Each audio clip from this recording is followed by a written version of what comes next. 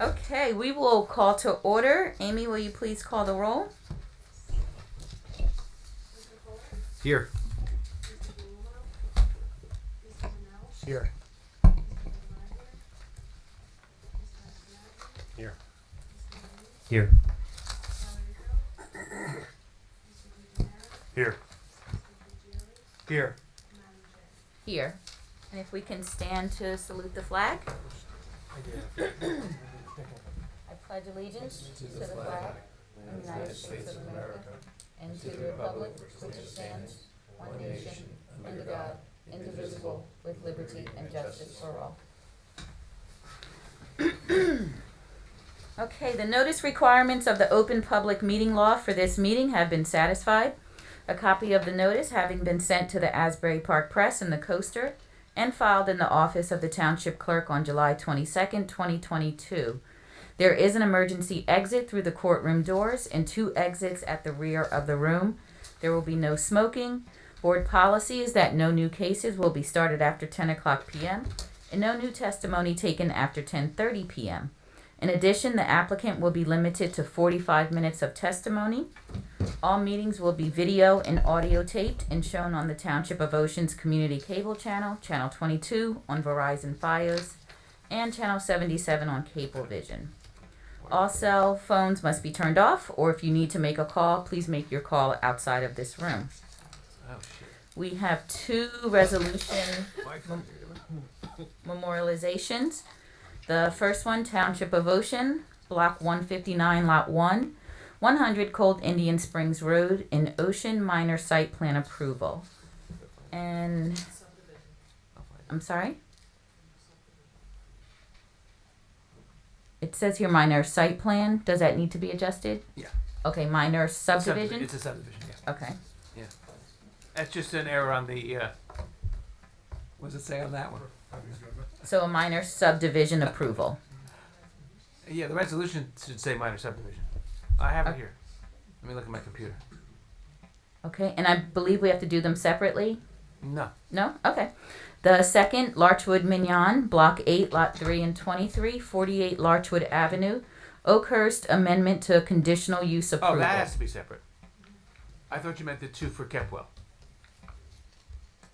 Okay, so it's a minor site plan approval and a minor subdivision? No, it's a D3, it's a D3 variance Okay, and a minor subdivision. okay. So then separately, Township of Ocean, Block 159, Lot 1, 100 Cold Indian Springs Road, Ocean, minor subdivision and D3 variance. And will someone offer? Is there a second? Second. Okay, Amy, please call the roll. Did you check the Oh. resolution? Well, I can right now. Do we need to? Okay, that would be Kepwell. Kepwell. With 1 L. It's minor subdivision in my copy, so I assume that's what's up there. Okay. And that's what it should be, right? Yeah. Okay. Since I wrote it, and it says minor subdivision on mine. So we're good. I assume that's Okay. Yes. Yes.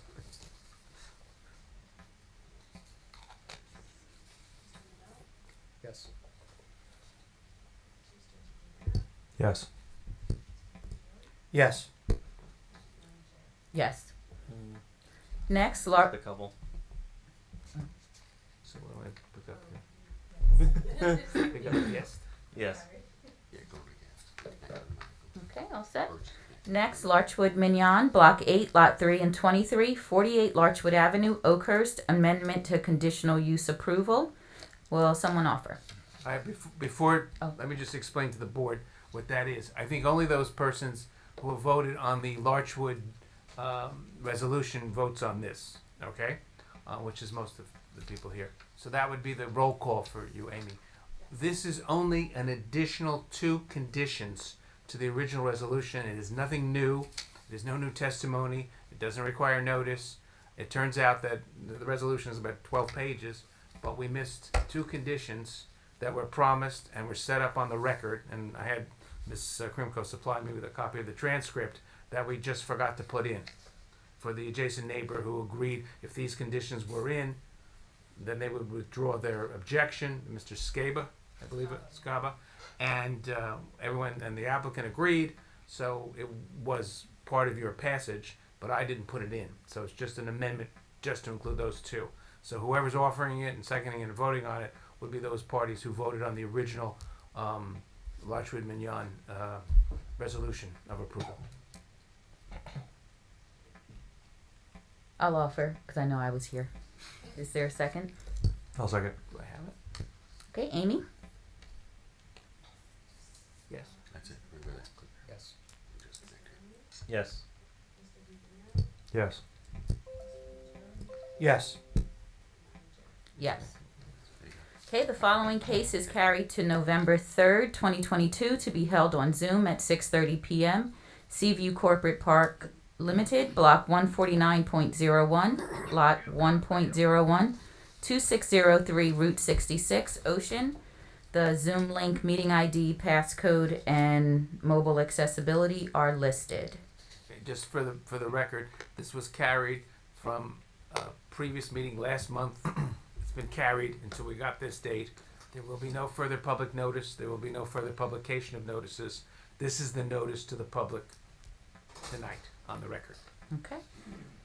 And then the following cases are carried to November 17th, 2022, to be held in person in the Public Meeting Room Municipal Building Deal in Monmouth Roads in Oakhurst, Ashkenazi, Block 11.01, Lot 3, 1036 Norwood Avenue, Ocean, Sean Realty, LLC, Block 141, Lot 3, New Jersey State Highway Route 66, Asbury Avenue, Ocean, Sorora Land Development, Block 22, Lots 85 and 85.01, 280 Norwood Avenue, Ocean, 199 Highwood Road, LLC, Block 25.16, Lot 2, 199 Highwood Road, Ocean, Patricia Cody, Block 106, Lot 3, 1305 Spruce Avenue, Ocean, Memo Investments, Block 106, Lot 3, 1305 Spruce Avenue, Ocean. And our first carried case is Stephen Shamey, Block 25, Lot 141, 606 Corley's Avenue, Ocean, Zone R5. This is an application to construct a detached carport addition within the required front and side yard setbacks on a pre-existing non-conforming dwelling with an additional variance for maximum lot coverage, where 35% is permitted and 37.7% is proposed. The attorney for the applicant is Mr. Paul R. Ettinger. Okay, Mr. Ettinger. Okay. Okay, good evening. Paul Edinger, appearing on behalf of the applicant. As indicated, our application consists of a small project where we propose to put a carport adjacent to a house in the front part. And we've received information from the planner and the board engineer. We've submitted our plans, and we have the architectural plans that have been submitted to the board. Hopefully everything has been distributed. I believe that you have plans, have received those, correct? So the witnesses tonight would be Mr. Shamey, who is the homeowner. We have John Lord, who is the engineer who provided the variance plan. And we have Gordon Gemma, who is a planner. And we had Mr. Gemma come with us tonight at the suggestion of the town's planner to address some of the issues that are pertinent to the application. So the first witness would be Mr. Shamey. Okay, Mr. Shamey, can you raise your right hand? Sure, Do you affirm to tell the truth, the whole truth? I do. Okay. Okay, Mr. Shamey, you're the owner of the property in question, correct? Correct. That's 606 Corliss Avenue in Ocean? Yes. And just you can tell us a little bit about the property, what the configurations of the house, when did you purchase it? I purchased the house in 2006. It was a single one-family ranch house with 2 bedrooms and 1 bathroom at the time. I've done several renovations to the house over the years as the family expanded. Of course, I tried to do my best to keep up with space and demand from the family. Over the years, I've done several renovations. back in 2010, I did a garage conversion. At the time, I bought the house with a one-car garage. It was called a garage, but technically it was so narrow and long that it really functioned more as a shed than a garage. Unless I drove a Mini Cooper, which I didn't. I drove a full-size family car. So I never was able to put the vehicle inside the garage, and therefore converted it to living space. Became my daughter's bedroom. Later on in 2021, just last year, I did a full add a level on the house. So I added a second level. Everything under permit, everything signed off, everything through the township. And recently, most recently, what had occurred was the need for shelter for our vehicles, as well as safety for the kids. And I have an elderly father, 93, and an 84-year-old mother. A place to have sure footing to actually exit the vehicle without slipping and falling. And I have younger children as well. So I thought I didn't really want to go and spend money on the house. I feel like I need to though, only because of the safety issue and shelter for the vehicles. Do you live at the house? I do. And how large is the family? I have 6 children and 4 grandchildren, and 2 living parents, elderly parents. Okay, so in regard to the present project, if you can just explain in your own words what you're proposing Sure. to build on the lot. Sure, there's an existing driveway that's 2 cars wide, and instead of imposing a garage structure, or actually requesting that, I thought of doing a very open concept that wouldn't be intrusive to the neighbors, something to just give us the minimum protection for the vehicles and the family. So I went to my architect and designer and brought him this this request to not create something that was gonna people weren't gonna like. Instead, to do something very light and airy and open, and that's how we came up with the design for the carport. Did you retain an architect to assist you? I did. Okay, and the architect was Carlos Gutierrez from Home Visions? That's correct. Okay, we've submitted the plan to the board, and may that be marked as an exhibit? Well, I believe it's part of our packet. We marked the packet, didn't we? Shawanda? We mark did. the packet? Amy marks every packet All right, in our at the packet, beginning. we have the architect, we have everything. It's been marked as a Okay, B1 exhibit. All right, so looking at the architect's plan, can you just explain to us, is this the concept that you would like for your house? Yes. Okay, and it shows a diagram indicating the proposed location of the carport.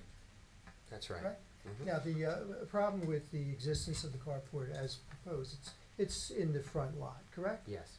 All right, now in regard to the area that would be, or that is presently in the area where the carport would be, is it open space now, or is it already paved or with?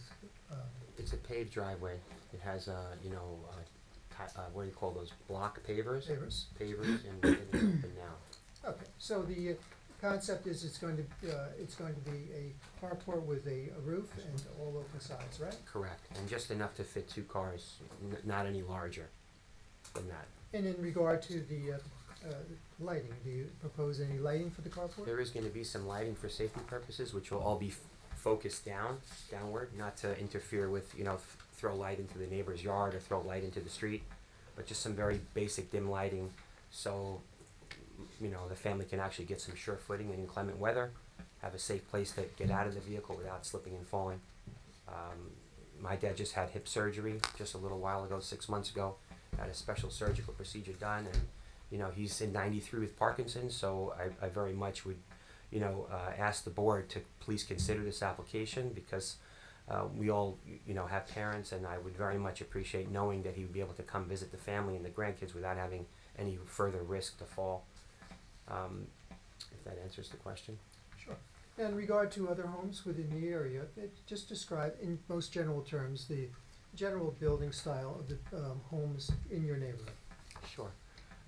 My house is somewhat different than most of the houses directly in the area, and that is that it's set towards the middle of the property. I have a very large front yard, whereas my neighbor's house is built 15 feet from the sidewalk, over 35 feet.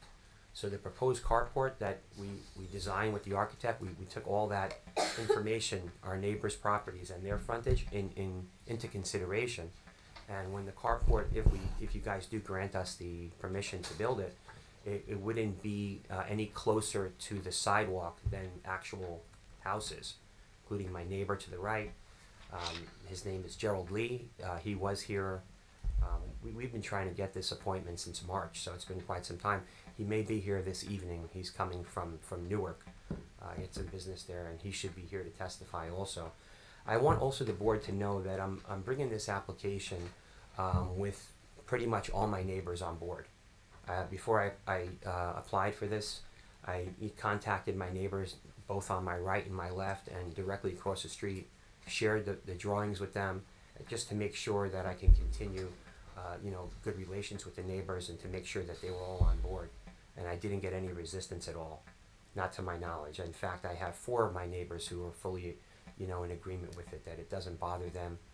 It wouldn't affect their, in fact, they actually told me they like the way it looks. So you had indicated that the carport would be built to accommodate 2 vehicles, That's correct? correct. And in regard to parking anywhere else on the lot, that would be where vehicles would be parked, nowhere else, Nowhere correct? else, that's correct. Is there anything else you would like to tell the board in regard to your project? Just that I feel like this property in particular, really needs the carport. It's close to the ocean. The cars do take a terrible beating, from the salt, and it's really hard to maintain the vehicles. And also wanted to let the board know that again, I don't think it's going to be anything that's going to be objected to in terms of not appearing like it belongs. And I feel like this particular property needs it, and whether it's me or the next family that takes the house, it's going to serve the same purpose, and they're going to use it as well for those same reasons. I think that's pretty much it. Is there any questions? Any questions for me? I have no further questions for my client, unless the board has questions. Okay. Questions from the board? Mr. Shamey, I do. I'm looking at the rendering. Okay. This is number 3. So Is this the rendering here? if I'm looking at the rendering, the left side facing the house, Yes. there's a white portion underneath of that used to be the garage? No, ma'am. No. No, ma'am. The garage was part of the house. So if you look at those 2 windows, if you look at the middle photo, I'll point to it here for you. If you look at this middle photo, Okay. the 2 windows that you see, that was the 1-car garage that was there. It's a single-car garage, and you're able to access that directly from the right side of the driveway. So the garage was never built on the driveway. It was just part of the house, and it had a roof over it, existing roof, and we converted it over to living space.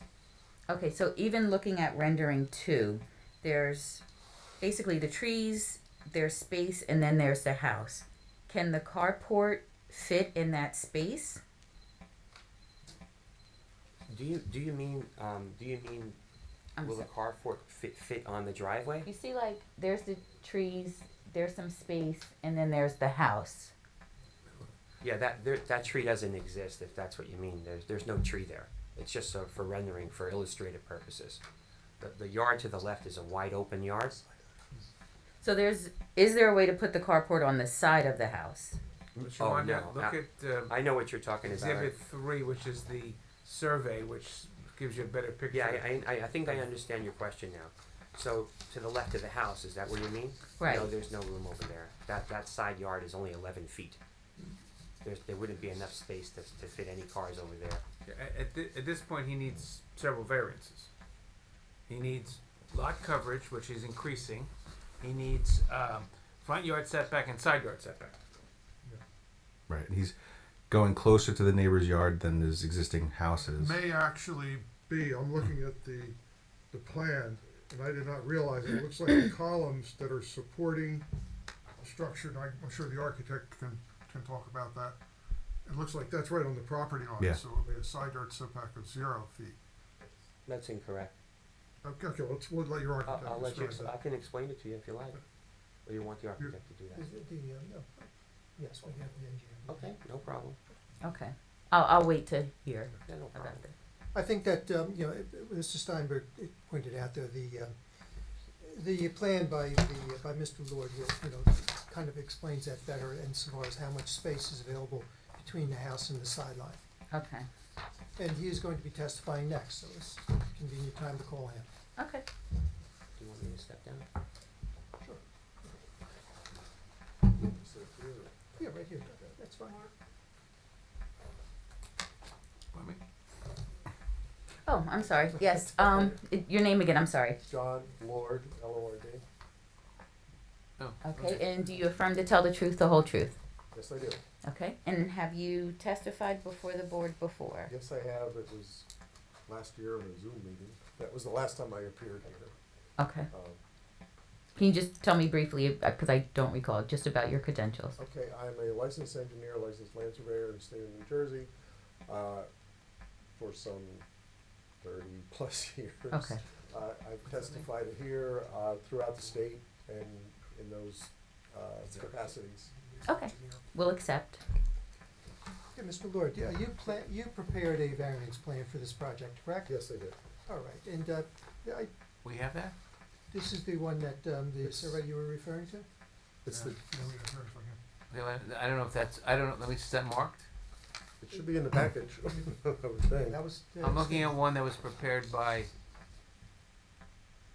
Carlos, the architect. That's, Oh, this one here, okay. This one's, okay, yeah, I got it. you got it? Okay, that's Okay. the second page. Yeah, we got it. You got it? We got it up here. Okay. Make it bigger so I can see it.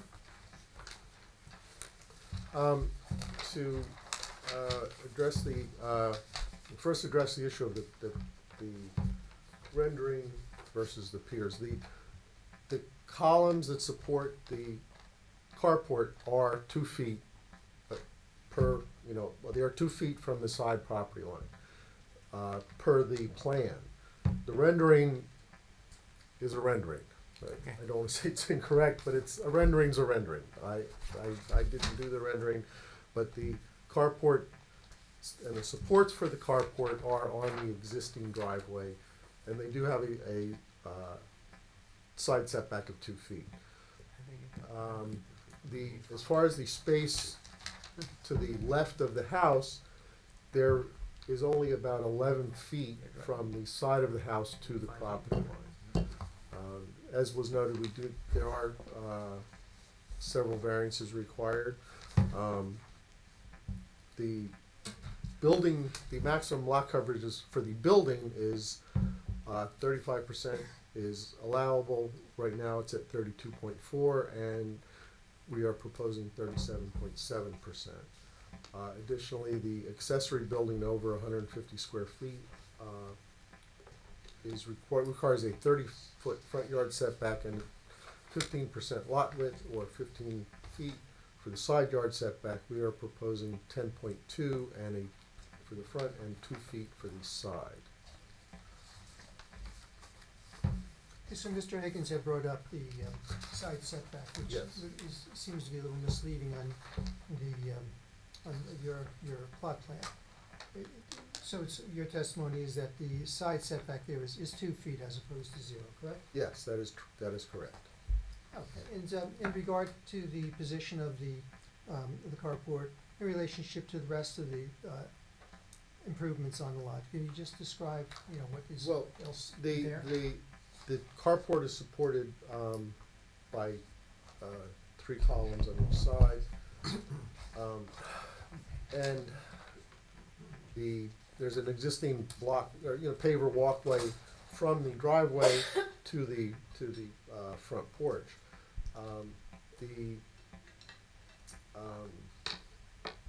positioning of the carport allows the people who are entering or exiting the cars to continue along the block walkway to the front door, or go towards the house and then up the stairs, which is a porch under a cantilever. So it's particularly if you go towards the front, the people would be protected almost entirely for the, traversing the driveway up to the covered, porch. So the location of the carport is at the optimum position in regard to the lot? Yes, And yes, that's given the existing configuration of the building and kind of the restrictions of the lot, correct? yes, that is correct. And in regard to you see there's about a 10-foot measurement from the end of the carport to the position of the porch under the cantilever. Right. The house is cantilevered over the porch, correct? Yes, that is correct. So it would not be possible to move the carport back in order to take up that additional 10-foot space, correct? That is correct. And in regard to the lot itself, there is no other, there's no other driveway other than the one that No. is depicted on your plan, right? No, there is not, no other driveway.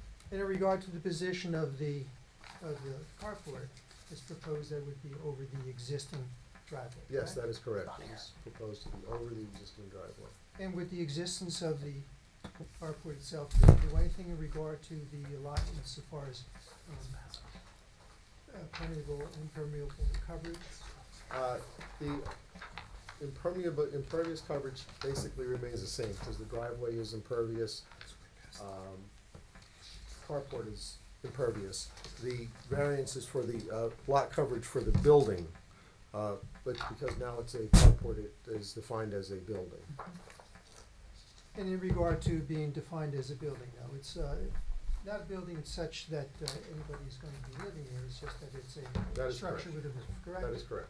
Okay. And it's so far as an improvement to the property, do you consider this to be an improvement to the existing property itself? Yes, it's, it matches the design matches the house, it provides, protection, to the homeowner, and homeowner's family, just, it is definitely an improvement to the property. And from purely aesthetics, do you believe that aesthetically it's a pleasing design? Yes, it matches the house, it fits in with the neighborhood. In regard to the neighborhood, you had been out to the neighborhood, correct? Yes, that is correct. All right, and were you able to view the other buildings and structures in the area? Yes. In regard to this, the plan, well, in regard to Mr. Shamus' house itself, is it consistent with the other buildings or the architecture improvement or? Yes, it is. I think it is, yeah. And, in regard to the proposed carport and the setbacks, in regard to the other houses in the area, are there other houses that are set back much closer to the? There are, yes, there are some houses that are set back, very close to the drive, to the street and to the sidewalk. All right, and is that within the immediate area of Mr. Yes. Shamus' residence? Yes. I have no further questions for Mr. Lloyd. Okay, any questions from board members? I have a question. Are there any carports in the area that you're aware of in the neighborhood? There are carports, not that I know of, no. I have a question, but I really think the question I have is more for the architect who isn't here. And I'm looking at the plan, and you talked about the fact that the existing building is cantilevered over the porch. Yes. And I'm looking at the plan, and if this 20 by 20 structure weren't a carport, if it were a garage and slid over and slid under that cantilevered part of the building, it looks to me like you could have a very nice garage that we set back 20 feet that would fit very nicely with the house. There's issues, and the applicant has even talked about the fact he has a 93-year-old grandfather who lives with him who has certain disabilities. And the way this is set up now, he's gonna have to get out of the car, under the carport. He's gonna have to walk out across an open area, so if there's icing or anything, or snow, it could be slippery, or he's gonna have to walk up the sidewalk into the house, in the front of the house. So the carport really doesn't fully protect him from a situation where he could slip on a slippery sidewalk. And yet if a garage were put in the front of the house, and it would be set back 20 feet, which would be consistent with the other setbacks on the street if the based on the testimony of the applicant, and it would be fully enclosed, and it would accomplish what he wants to accomplish more in terms of the, in terms of safety. But I think that's something really that an architect has to answer, whether it's feasible to do that or not. And you could also, if you pushed it back 10 feet, get 2 parking spaces Yes. on your driveway. Yeah, and I'm also looking at the fact that when I look at the architecturals with the columns, the parking spaces actually are reduced to at least 18 feet instead of 20 feet. And so you'd have 2 9-foot parking spaces, the ordinance requires 10-foot wide. So I'm really disappointed that the architect isn't here to describe to explain some of this stuff. Okay, and Mr. Pavlik, I was looking at Mr. Matlack's report. There was a concern, or is a concern, about the carport extending beyond, and a need for clarity. Is that still the case to your knowledge? I think he kind of addressed that. Yeah, the rendering is a little misleading. It looks like those existing pillars would support would be the columns, but that's not the case, right? The columns would be set inside the existing driveway. Yes.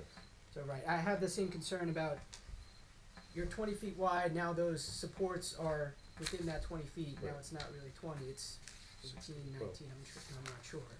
But the supports are only, I mean, we could even conceivably cut it down to two supports on each end with a larger beam across the top. So there would only be. Look, the question I have is on the plan that you submitted, there are 5 rectangles with X's in them.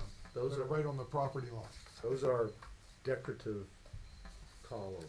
But they're existing? They're existing. They're existing right now, so they're right on the property line. Yes, they're existing. They're basically decorative columns. Is there a fence there that connects them? No, there's bushes and things like that. You ask Mr. Shamey, he might be able to provide that. What? Mr. Shamey, you Yes. know. Okay, so they're about 2 to 3 feet high. Yes. Okay, Yeah. okay. Yeah, I say they're just decorative columns. Okay. They're Okay. not That's structural stuff. Okay, when I looked at that, I thought they might somehow be columns that supported the carport too. No, that's Okay. that's where the wet Yeah. rendering Okay. got Yeah, a little confused. okay, yeah, okay. You're saying there's no increased impervious area, right? The overhang extends exactly over the Yes. driveway, the existing driveway. But, but the carport increases Well, impervious coverage. Yeah. it increases the building coverage. Building coverage. Building coverage, It's okay. o- it's Oh, the over impervious existing. exists, Yeah. okay. So, Mr. Edinger, I do have a question, because we obviously lean on our experts, and it sounds like there's a request to have the architect here to help clarify. Is that he's just not available today, or? Well, we made He a or decision she, that I we should say. weren't going to bring him. If it's a situation where it's necessary, of course, we can do that. Okay. All these things. In regard to the building, under the cantilever portion of the building, it wasn't, I'm not sure that it's economically feasible for the client to do that, or even if there's going to be enough area underneath here to put something of that size. I'm just not sure, I don't know, and that's probably what that's what the planner is addressing right now, because we don't know. Okay. Did you have any other witnesses? I had another question. Sorry. Mm-hmm. I'm just following up something Mr. Higgins said. It looks like the inside of the carport from footing to footing or column to column, you only have 15 feet. Is that enough to fit 2 cars? Well,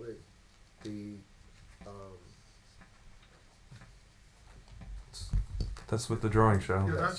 Yeah, I was trying to find that dimension, I couldn't find that dimension. It's I did the it's I mean, 15 the feet. overall space is 20 by 20, but you do have the 3 columns on each side, which I said we could reduce to a column at each end, with just using a larger structural beam on top, so that the space is still 20 by 20. It's just would be at the corners. At each corner, it would be somewhat smaller. And and you can fit a car in there. You can fit 2 cars in there.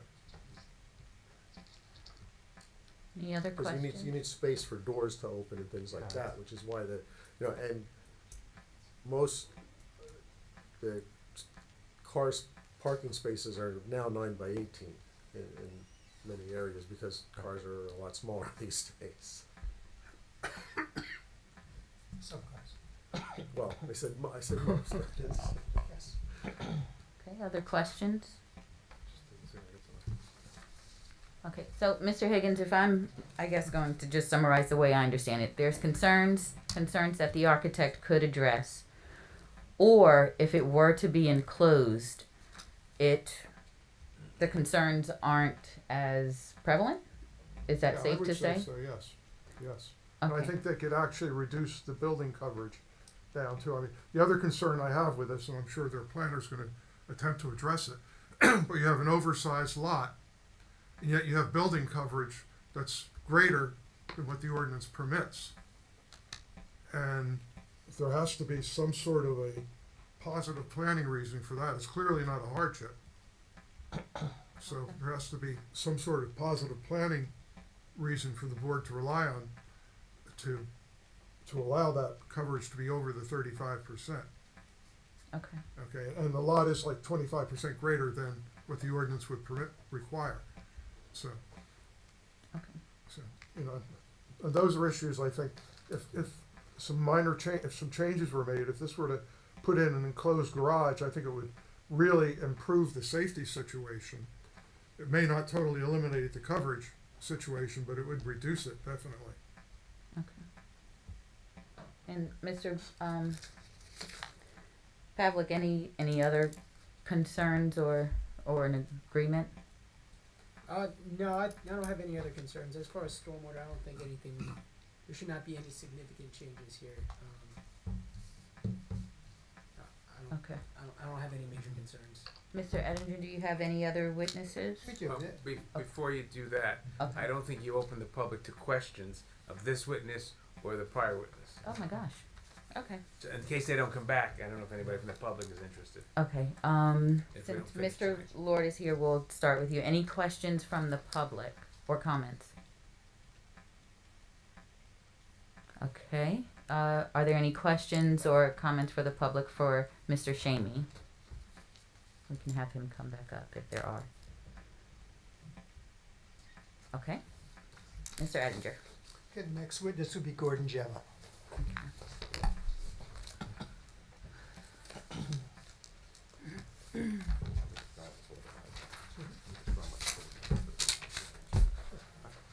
Okay, Mr. Jem, if you raise your right, do you affirm to tell the truth, the whole truth? I do. Okay, have you testified before this board? Yes, I have. Yes, you Seems have. like just moments ago.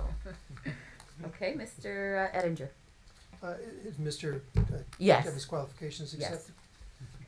Okay, Mr. Gemma, in regard to this particular location, this project, have you seen it? Yes, Have you gone to the site to do an examination? yes, And have you prepared yourself for testimony in regard yes. to this? And from a planning perspective, can you provide us with any of your insight in Sure. regard to them? But let me start with some of the variances, so we can just get them out of the way.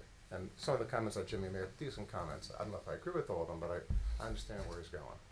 First one is maximum building coverage, not lot coverage. In terms of lot coverage, it's way under lot coverage. No matter what you do here, it's more than meet the lot coverage requirement. Building coverage requirement here is 35%. By putting this carport in, you're 37%. So that's where your building coverage is.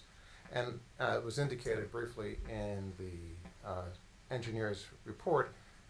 I don't disagree that a carport is a structure as you define structure, but you also define a building in Ocean Township as a combination of materials to form a construction adapted to permanent, temporary, continuous occupancy and having a roof. It has a roof. I doubt anyone's living in a carport, of Yeah, course. and I just have to stop you there, Gordon. Occupancy doesn't mean living. Right. Occupancy means being in there. Right. If you pull in there in a car, get out of the car, you're occupying a structure. It's a building.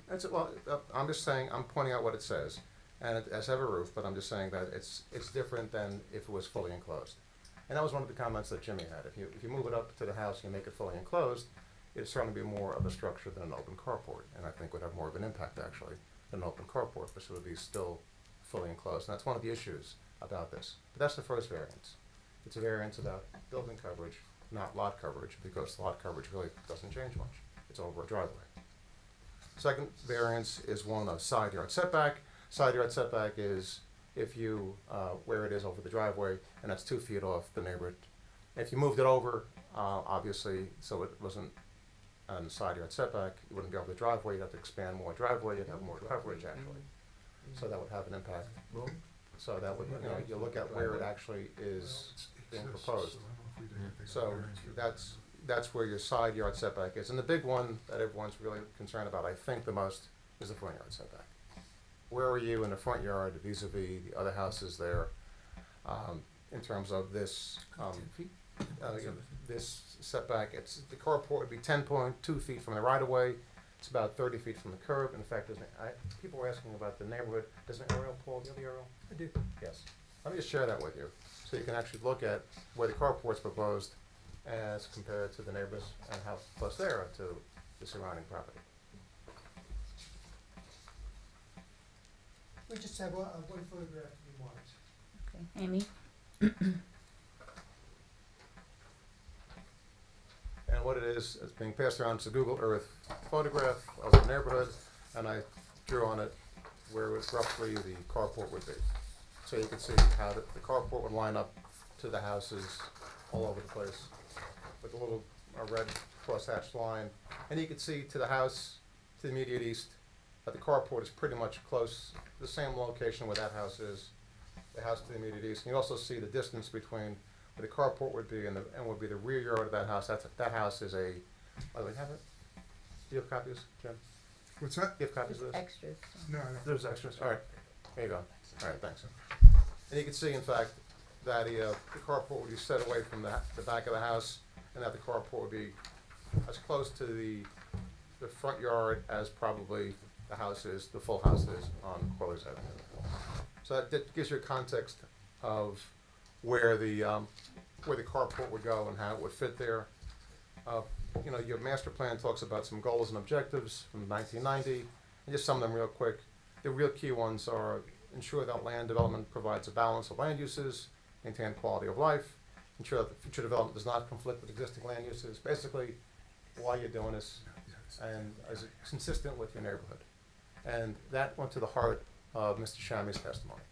He said, look, I'm trying to do this so I can have something that's a little bit safe for when kids get in and out of the car, my parents get in and out of the car, just for some protection. And the real question as planners and as members of the board is, does this impact adversely the neighborhood? The people on either side of me, does it impact adversely the look and the feel? In terms of the variance relief itself, for quote, building coverage, there's reasons for building coverage. One is there too much runoff? Is there too much impervious coverage? The answer is no, you're under the impervious coverage. Is the building look too big? If you put in a garage, as Jimmy suggests, unless you're gonna take away some of the house, again, I don't know if that's where you were going, you put in a garage, it's gonna look more dense than a carport in the front, even if you cheat it up under 10 feet. You still have the look and feeling of being more of a structure than an open-air structure. So I think in terms of trying to have the look and the feel of being open when you're coming down Corley's Avenue, you're seeing this, it has a better look and feel than simply putting in a big garage, even if it's cheated up 10 feet. It's still have to be 20 foot long to fit in a car. So it would still have that look and feel, if it could fit at all, and I'm not an architect, I'm not gonna pretend to be. But in terms of that look, I think that this has less of an impact, being open on all the sides. You might have a discussion, do you need really peaked roof or not? Can you cheat the peak down a little bit so it's more flat? It's a discussion you could have. I think that a peak roof, given the neighborhood, looks a little bit better, but it certainly has less of an impact if you don't peak the roof, you make it look flat. So in terms of why you're doing it, in terms of the reasons for variance relief, I think if you look at it and trying to provide some safety, some shelter, that's a positive purpose of zoning. That's one of the reasons, in fact, in the land use law, it's the first reason for safety, to advance the purposes of zoning. I think it makes sense as to the building itself. As to the side yard setback, the issue here is one of, it's where the driveway exists. You wouldn't want to put it anyplace else other than where the driveway exists. And you're right to the question, are you going more than a driveway? The answer is no. You're right. Does it reduce potentially the 4 posts now instead of 3 posts? In the front and the back, it reduces a bit. but it reduces it by maybe half a foot. When we drive in, there's more than a door swing on a 20-foot by 10 by 20 for doors to open up and close. So it achieves that purpose. I think to move the carport over, it doesn't do anything for you and creates more impervious coverage. The real big one is the front yard setback. And if this house were not adjacent to another house that was closer to Corley's Avenue than this is proposed, I would say don't do it. But it is. And because of the nature of this, you're not setting a precedence. Everyone comes in front of you and says, I want a carport, which is a concern you have as a board. But here it fits, and here it makes sense. Here, it's not the applicant who knocked down his garage years ago and now is crying and saying, you know, I killed my parents, now I'm an orphan. Cars didn't fit in the garage. It was a small, undersized garage. Didn't work. And now he's asking for a place to have a car and to be safe. And so I think because of the location of the house, because of its proximity in the neighborhood to other houses that are equally as close to the road, because it's open, not closed, I think it meets the burdens here for variance relief, such that for the front yard setback and the side yard setback and for building coverage, it's warranted.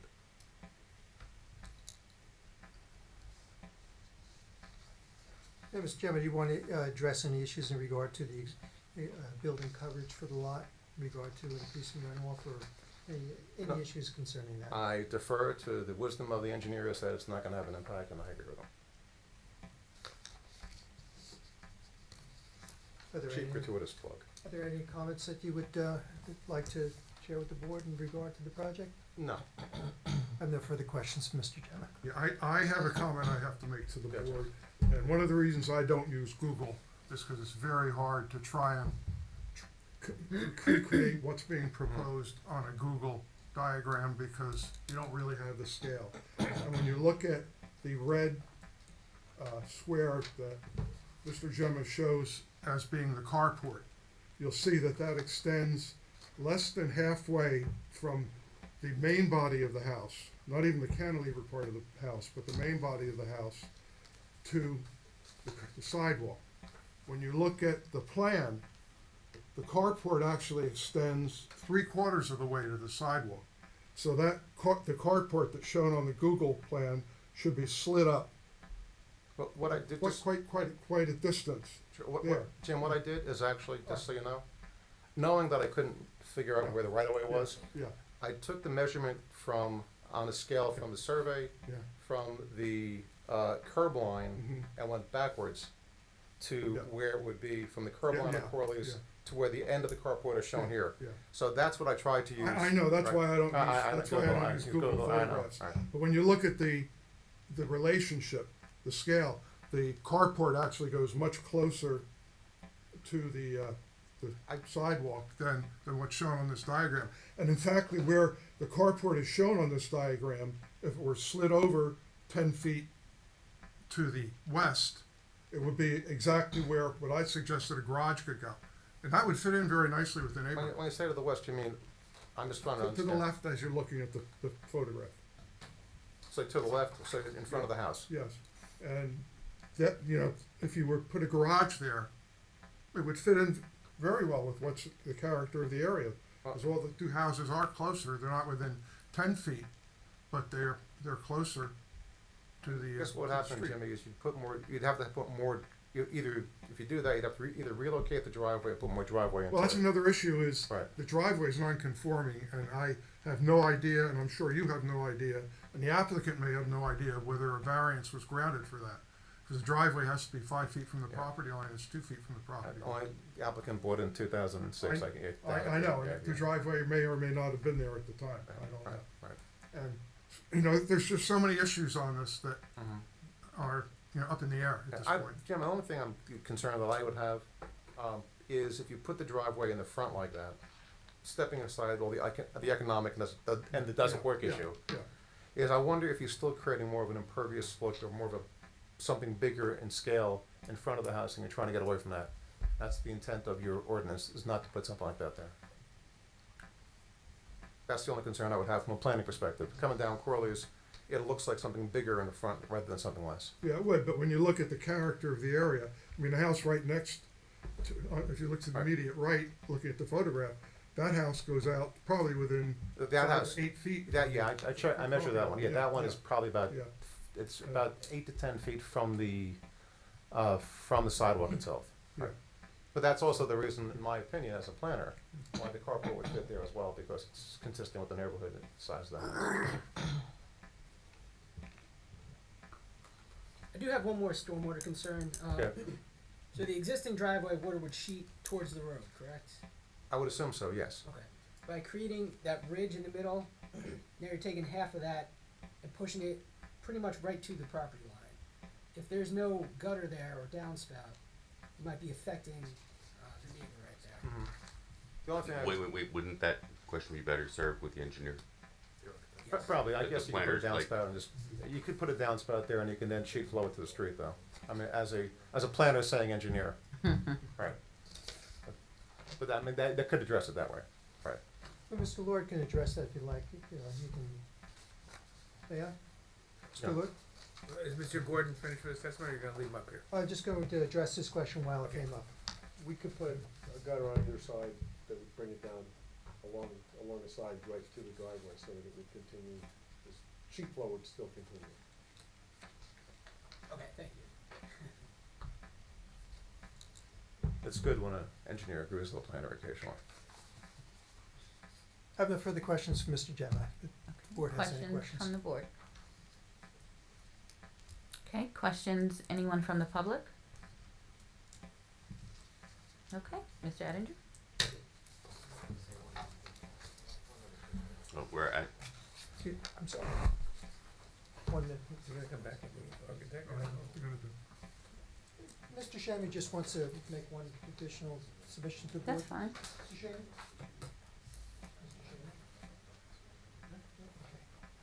No, we have no further witnesses. Okay. Yes. You're not gonna bring the architect? No, we don't have the architect with us tonight. I know, are you gonna bring him, or that's, Would I have an opportunity? Hold on 1 second. yeah, but I think Mr.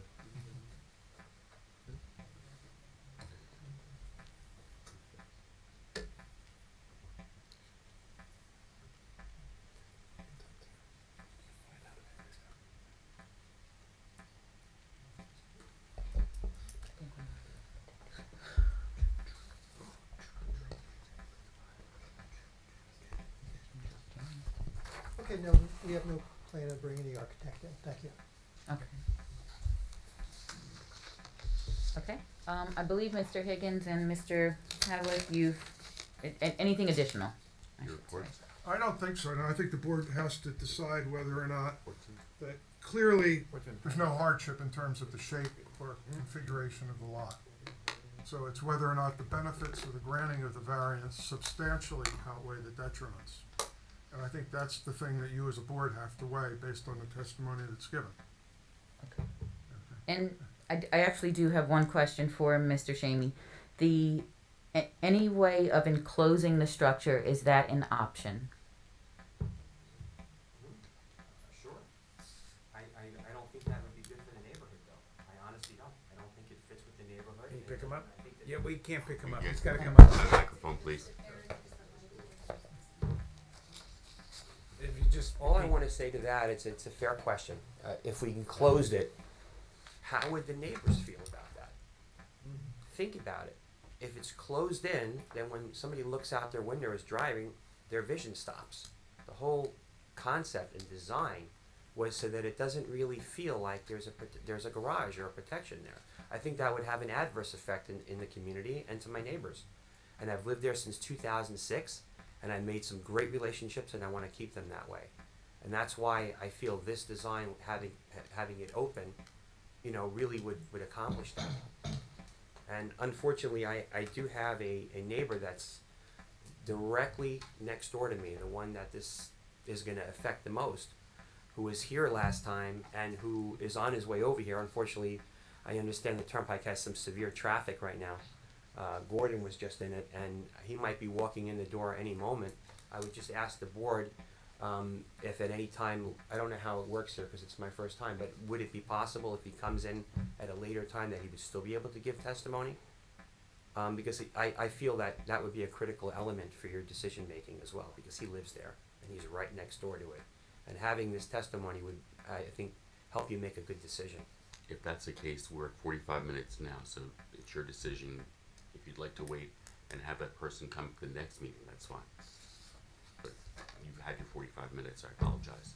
So it's your decision as to, Well, I think that, well, let's, come back.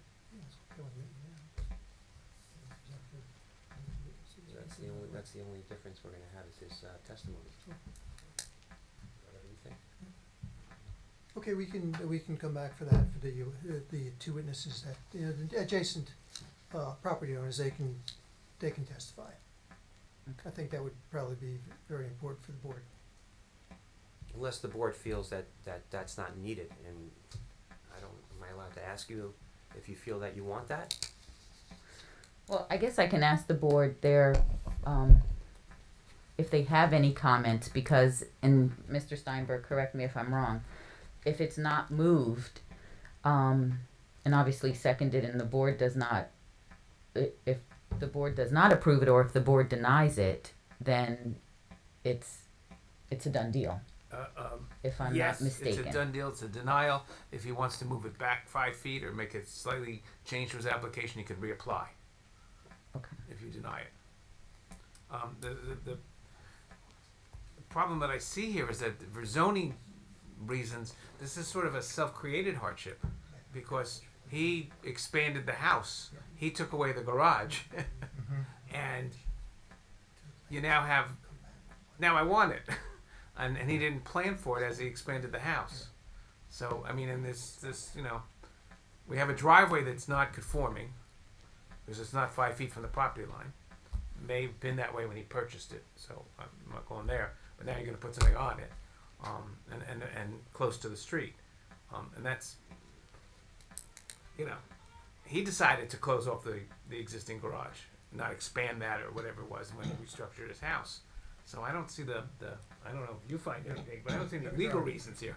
I don't see, like, the safety would be a strong argument, except for the fact that it's an open structure to begin with. So if you have rain or snow, rain that's icing up or snow that's coming in, it's going to be slippery, and the person that he's talking about who has a disability is still even going to have to walk outside before he goes inside. And I am very familiar with that type of circumstance. I lived with it for years, and it doesn't work. You have to have an enclosed garage where the person can get from the garage into the residence without going outside. And so I don't think the safety issue is something that's a compelling reason for the board to grant a variance. It's not saying that it won't work a little bit better for him, but I don't think it's that compelling. Okay. Another question, are there any other carports in the township as a whole, or maybe Well, the question is, are there any carports? A. B. Are there any carports in the front yard? right, that's my There are question. carports in Right. town. I've Right, seen them around. I know there's like on Sunset, there's one on the side, Right. Yeah, I've seen that, but I've never seen one in the front, are there other ones? I am not aware of any. That doesn't mean there Doesn't aren't mean there any. aren't, The right. ones I've seen are all on the Okay. side of the house. Okay. And another question too, would the carport be lit? Would there be any illumination of the carport? He testified there would be some lighting There would be inside, inside, but it wouldn't but it spill would be lit. yeah. Okay. Facing downward, downward. so that it wouldn't, and it would be very, would just be like very, low lumens, Okay, nothing powerful, nothing to take anybody's attention, just enough to have a little light in okay. to exit and enter. So you have to make a decision. Do you want to come back with your witnesses, or do you want the board to move it tonight? I think I'd like to, ask for your decision tonight, please. Okay. You got anybody in the public want to comment? Does any comments from the public? They need to Okay, a motion to close. close the public.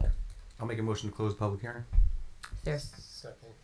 okay, Amy, please call the roll. Yes. Yes. Yes. Yes. Yes. Yes. Yes. Okay, and well, Now, this is where whether it's maximum building coverage or lot coverage. Okay, it's the variances that are required are building coverage of 37.7%, where 35% is permitted. A side yard setback of 2 feet, where 5 feet is required. For the driveway, and for the building both. Well, yeah, because the driveway is pre-existing on property line. So he needs a side yard setback of 2 feet for both the driveway and the building.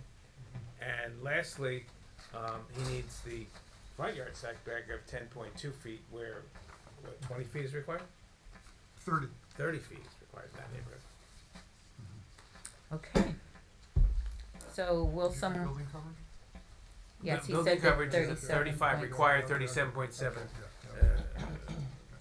And established. will someone offer? I'll offer.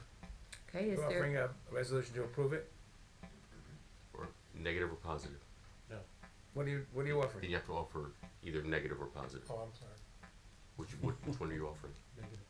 Okay, you're moving to deny the application. Okay, is there, for what reason? All the reasons, Previously said, reasons. okay, Yeah, all the from our professionals and whatnot, okay. And that needs a second. is there a second? Before I second, could we do neither and give the applicant a chance to go back to the drawing board and still have this? We offered him that. I don't know what he wants to do. Yeah. We did that already. And- Yeah, and okay. If I'm you just- do I'm that, giving it another if he shot. wants to change it, he can reapply. Right. If he changes it, he just can't come back with the same. Because if I second and we agree, then he has to start the whole process over. Correct. Okay. You still want us to continue with the vote? Well, we're already voting, so. We can't, we made the motion already. Yeah, you've already motion, so. No, we didn't get a second. If it fails for a second, then we do need a second.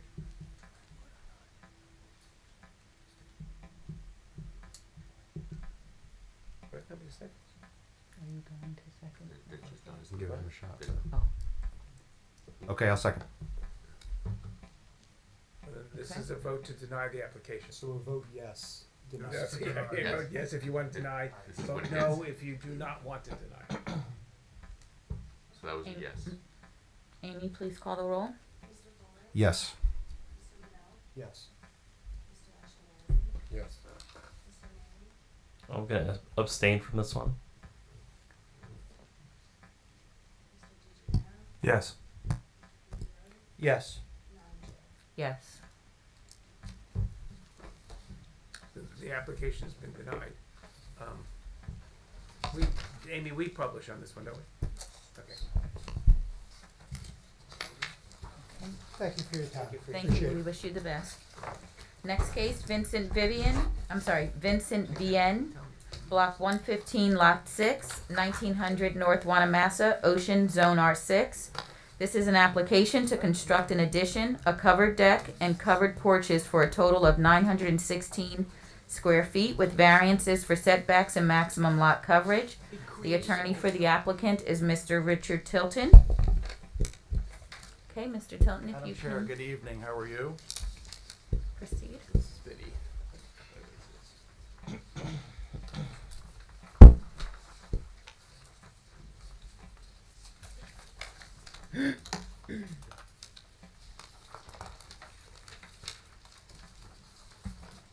Madam Chair, Richard Tilton, Allenhurst, New Jersey. I'm here this evening on behalf of the applicant, Mr. Vianney.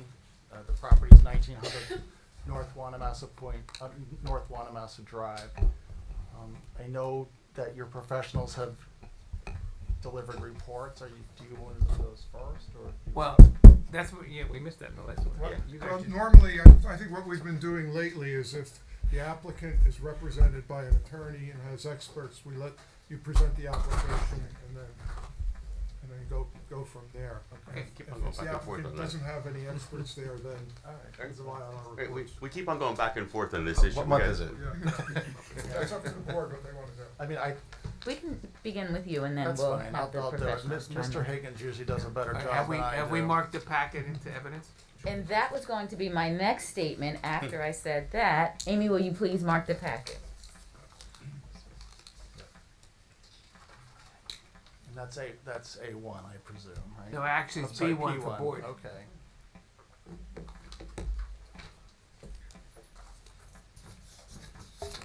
Madam Chair, the property is 1900 North Wanamassa Drive, and it's known as Block 115, Lot 6.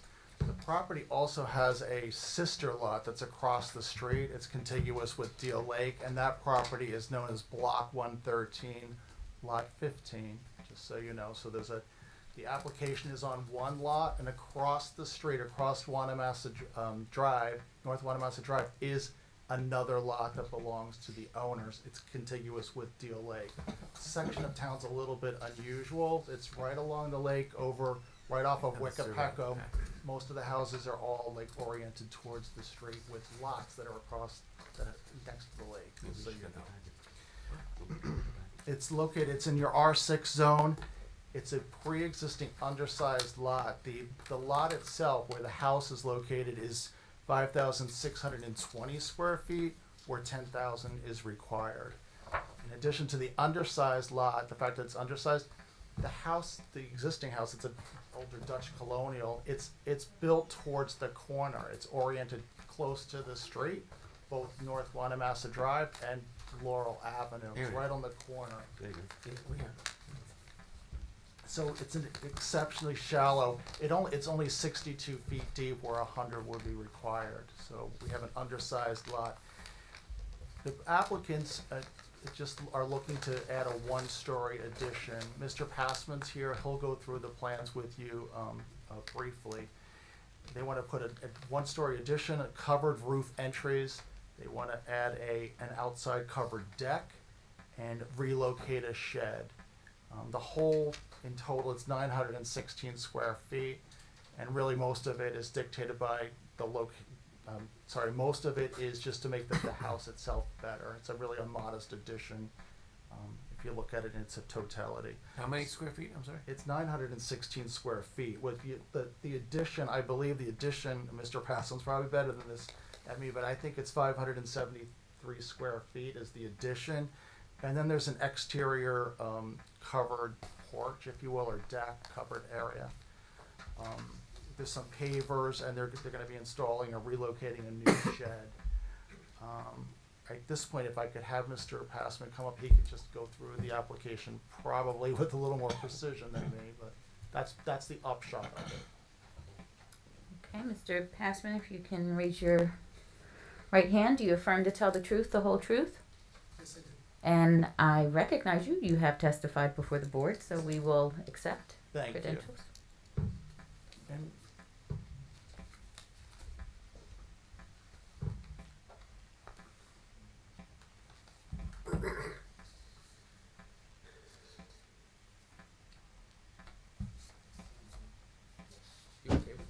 Okay. just before we, I Yes. think for the record, we're looking, if you could just detail the plan. I believe it was prepared by you, and it's revised through September 26th, if I'm correct. Seems like it's not. Don, do you want to can you take that microphone here? For the one next to Mr. Tilden? There you Okay. go. Okay. So, No, that is dying out. We think it's you. Batteries. There you go. That's as far as you got. okay. There we go. Uh, We're gonna test your skills, Don. If you want to bring it forward, or Okay. As mentioned, the existing house is on the lot. It's basically a center hall colonial. Actually, there was a portion of an addition that was put on, more than likely, on the west side where the addition is now. And it was not a very nicely done addition. My clients didn't like it. It stepped down. It was small. It didn't have any usefulness of the size of it. So the idea is to redo that addition with a better addition, better space, better allocation of what the rooms are, expanding the kitchen, which is an old kitchen right now, and to provide a covered patio also for the west side, which is where the majority of the lot areas for recreation, if you will. The driveway is coming off of Laurel. There's a little patch of land on the North Wanamassa side, but very little. So all this that encompasses, or all these variances that we're looking for, again, hardship because of the size of the lot. The one thing that we did revise, just so everybody knows, just to be complete, is that there's some fencing around the property and wrapping around the front. We're removing some of the fencing adjacent to the addition, but leaving some of the others there. And that's just a little clarification we did here. But as said, so there's an addition, and I'll get into the size, on the west side, with a patio addition. All this is all under one consistent looking roof. There's another portion that goes to the south, which is like an entry vestibule. Why? Because you can't park here, your guests can't park here, even yourself. You're gonna park in the driveway or park along the street and walk in. No one goes in the front door, basically. Some, but rarely. And so the everyday movement is gonna be through this new vestibule. And I can show you that in plan. And also on this sheet, I do show the zoning chart. And the zoning chart really is talking about the variances that we are requesting tonight. Most of them have to do with front yard. I mean, we have a front yard on Laurel, which is not changing. The front yard on North Wanamassa is changing slightly, but we're still not gonna be as close as what's there now. So we have a little break. Part of it is also, the hardship is this property line along North Wanamassa Drive is skewed, which makes every distance further west gets smaller and smaller. One of the other things we're requesting is some AC condensers. There's one now, and there's gonna be a second one for this addition. In the front yard. I know it's not the right thing to do, but it's the only place really to put it on this property. Anywhere we would put it is basically in a variance location. You can show them though, because the lot that's across the street that's owned by the applicant, so that's. This is the second, we call it track 2 on my chart. It's the second track which is on the lake, and the water line is basically more than 50% into it. So there's all this lot area here, just as a visual. Now, as I said, the AC units are here, but they're gonna be screened with bushes. The best way to handle that situation, in my opinion. The fence that's there will be shielded with some other bushes in front, and also from the other side as well. So, this is the plan of what we're proposing. And there's the AC units with landscaping, and there's the fence that we just kind of redid and made it more clear. But you enter in the dining room, there's a little kitchen back in here now. It's just really small. There's a little powder room that was part of this other addition. And so now the idea is to have this dining room and then have this more open than it was, and a nice kitchen, a kitchen that's modern for today, with a little seating area here. It's not even very large, but we knew we were restricted, so I try to keep everything as efficient as possible. So you can see there's some room for some seating. And then you can open up sliding doors and go to a covered patio out here. The front foyer is what I was talking about here, in this area at the end of the driveway, columned entrance. Again, these are variances because there's no room. Adding a little bit of a bracketed front porch to give it better aesthetics in the front, which again is another variance that we're seeking, but again, and I can show you what those look like. And then relocating an existing shed and a couple columns, roofed area back here, gonna move it here and make it conform 5 feet and 5 feet. It's 150 square feet, it won't be any higher than 10 feet. There's an existing second floor, which has this is the old first floor, sorry. There's, you can see this old family that's been removed, and a little powder room and a little kitchen. And then there's the shed. There is a little bit of work on the second floor, but most of this is to show kind of the roof of this new addition, and we're just renovating some bathrooms up there. So, if you can see from the front, this is the front elevation. And in this front, adding this bracket to get a little bit more definition to this gable in the front. This is the addition here, and it's open on this side, and it's enclosed over here for the kitchen. And then as a continuation, you would see this as it goes forward with the fence. I wanted to show the fence all the way to the property line with the landscaping in front. And that's the existing fence. She only has 5 feet. From the east side, you're gonna see the existing elevation here. This is the bracketed, a little bit extra room to get for this front porch. and then the front, this south side vestibule at the end of the driveway. Again, it's very modest in height and size. It does come within 10.33 feet to the property line, which is a little bit better than what the shed was, because the shed was even closer. That was here. Also, from the west side elevation, you'll see the new addition. You'll see that it's a low sloping roof, two of them that kind of combine, and they maintain the windows that are up on the second floor. So I wanted to keep it a very low profile for a lot of reasons. One, because we know it's close to the road. It's additional volume, if you will, to the building, but we want to keep it as low as possible. And again, most of it's open. So it has, more of an open feel than not. And again, the property is just too small. So the variances show that the structure on the north side, the covered porch, is this piece here. That's a small variance. It was at 8.2 and now it's 7.94, so it reduced a little bit. The other parts of it are the Laurel Drive part. It's supposed to be a 30-foot setback. The pre-existing condition is because of the way the house is now. We have the air conditioner compressors, which are close. We have the rear yard, which is close from this addition here, and actually this one too. You can't keep 30 feet. It's impossible. And the last one, I think, is just this fence in the front yard, but because it's not 50% open like it's supposed to be, it's about 75%. Is that in your report? About 10% open. Okay.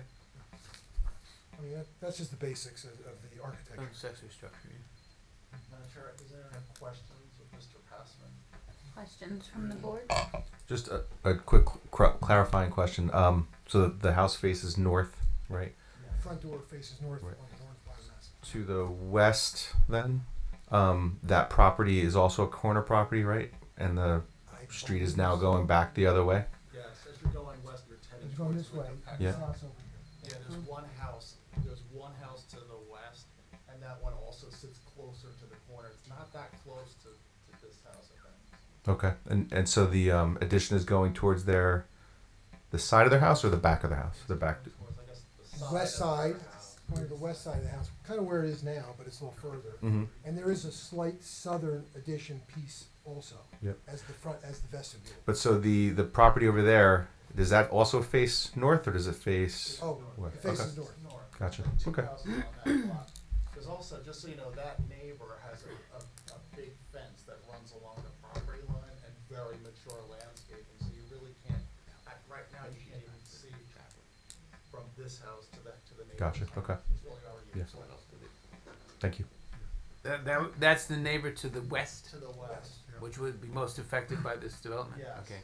And you got a fence and it's, And there's mature landscaping, okay. You can't do it until we got a record. Okay. Fence and mature Yes. trees. Yes, sir. All right. So Don, the depth of the lot, the maximum depth of the lot is 61 feet at the eastern property line. Yes. And if you move in to where the front yard setback would be, that would be less than 60 feet because of the tapering of the lot, right? That's correct, because it's So if over you have a down to. 30-foot rear yard setback and a 30-foot front yard setback, you couldn't even put a flagpole on that lot, No. could you? So there's clearly a hardship. Yeah. And the lot is also, it's required to be 10,000 square feet, and it's, I think, less than half of that. Correct. 5,620. A little bit more than half of that then.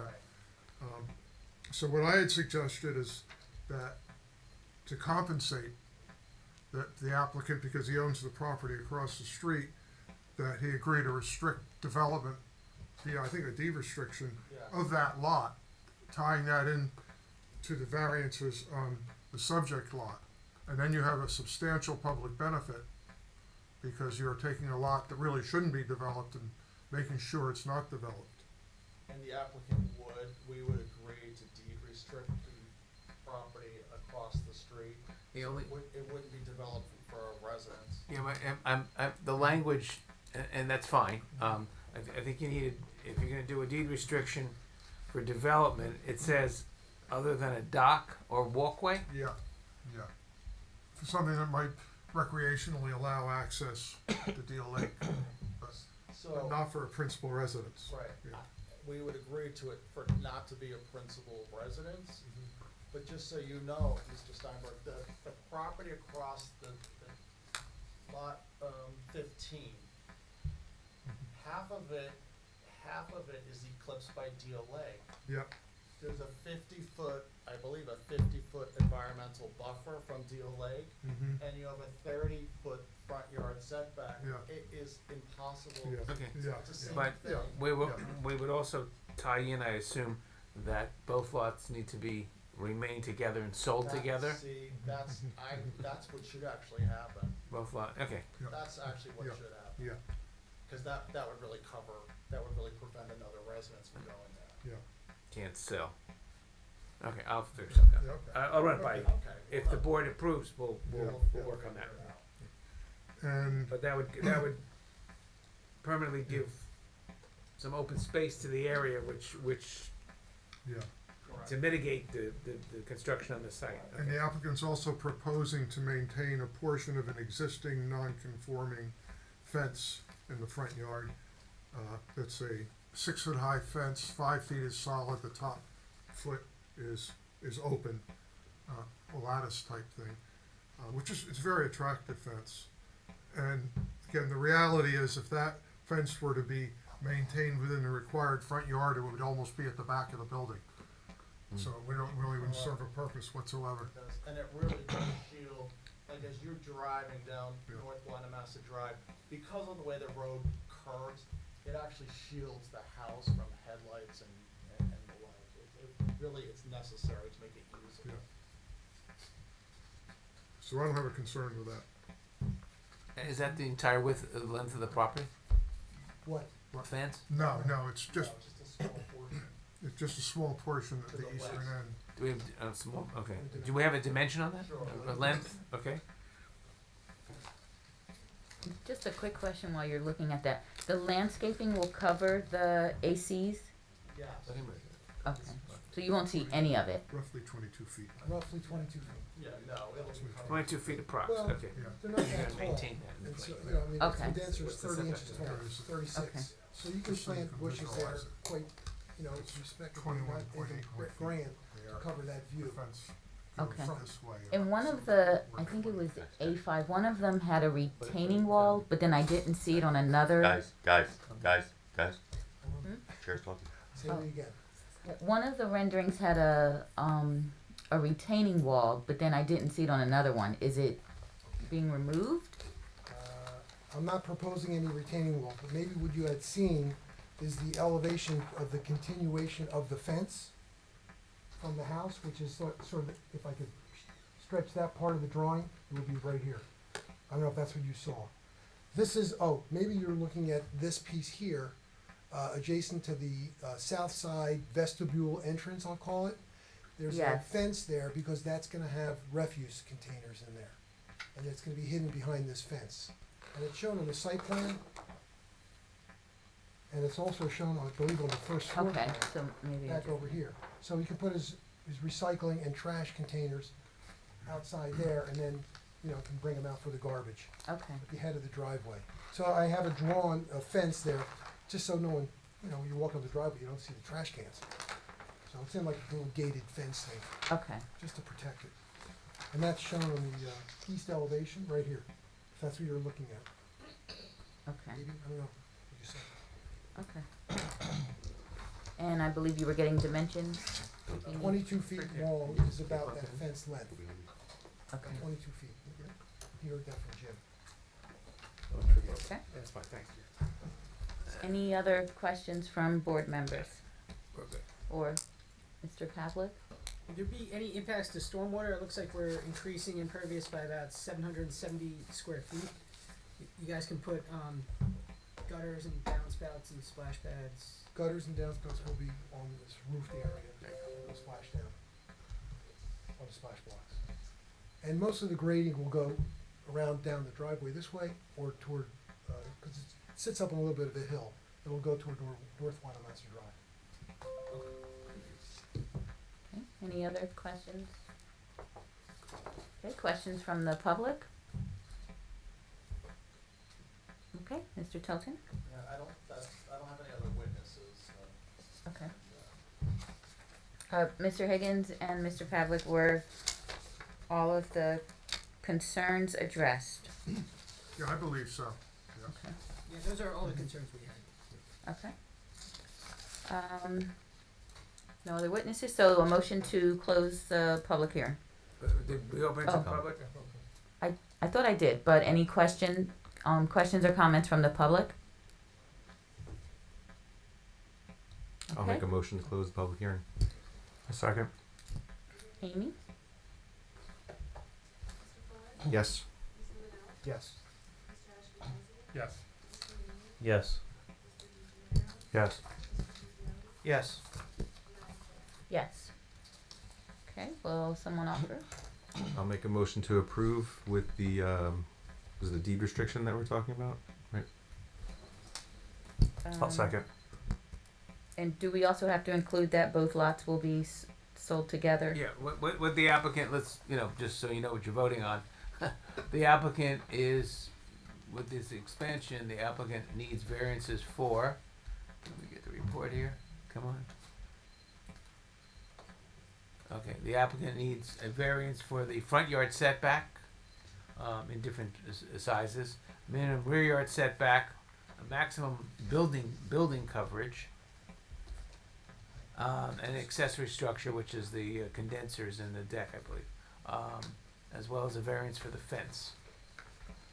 And we have to include the, And part of the approval, if you do approve it, is a deed restriction, which would prevent basically development of the lot across the street for anything other than a walkway or some sort of recreational access or a to the water or a dock. So no residents on there. No residents, so it would keep it open, and that lot would have to be joint, considered joint with the house lot, and they can't be sold separately okay. forever, in perpetuity. It's the way it should be. And I believe Mr. Fuller made the motion for Yes, all I made of that motion. Okay. Yeah, second. Amy? What are we doing next? Yes. Yes. Yes. Yes. What are we doing next? Yes. Yes. Okay. Yes. Yes. Madam Chairman of the board, thank you very much. Thank you. Best of luck. Welcome. You've got mail. Our next case is AOL. Evan and Maura Getz. Block 96. Block, Block 96, Lot 4, 2607, Sunset Avenue, Ocean, Zone R5.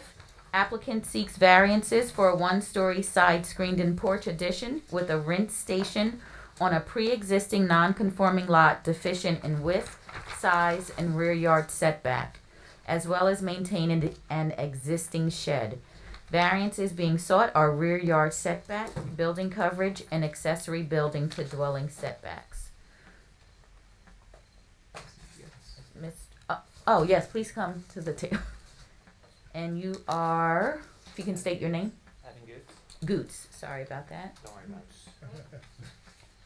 it. Okay, and please raise your right hand. Do you affirm to tell the truth, the whole truth? I do. Okay, you may have a seat. Okay, Mr. Goots, can you please tell us about your request? Can you mark the packet? Oh, and before you tell us, Amy's going to mark that packet. Okay. That's B1. Okay, then our professionals will go. All right. Okay, Mr. Goots, can you tell us about your request? Yeah, my wife and I would like to build a screened-in porch on the side of the house, north side of the house, which is kind of our backyard, to be able to spend time outside without getting eaten by mosquitoes. And the rinse station is merely a area behind our fence that when we return from enjoying the beach, that we can wash the sand off ourselves and our little children before we go inside the house and take showers. I don't know if it's a shower. Okay. Is the rinse station a shower, or is No, it? just just get gonna the have- sand off. So you're just gonna have a hose or something there that you? A hose that, you know, we can stand underneath, but we're not Yeah, gonna be. yeah, a portable, bathing in. basically a portable type thing. Yeah. Because I was looking, I thought actually an outdoor shower would be very nice there, but it doesn't fit with the configuration of the house. Okay. Mr. Higgins and Yeah, Mr. Pavlik? well, I'll summarize my report.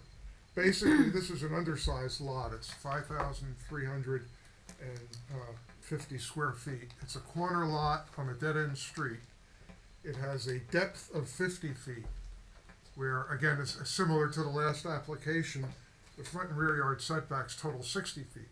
So you couldn't build anything on this lot that's conforming. They need a front yard setback for the addition and a rear yard setback for the addition.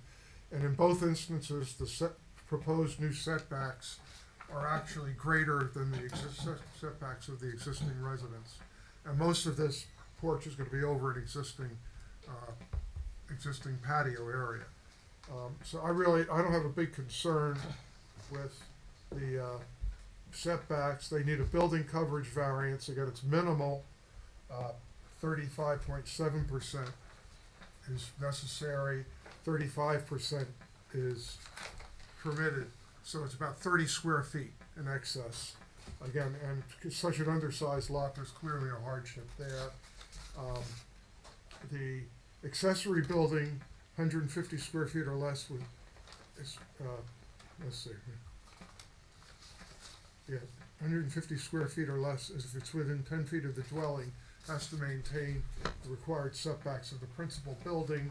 And again, the accessory building, they're relocating it slightly it's less than 150, it's about 100 square feet in area. It's 5 feet from each property line, which if it were more than 10 feet from the house, it would be fully conforming.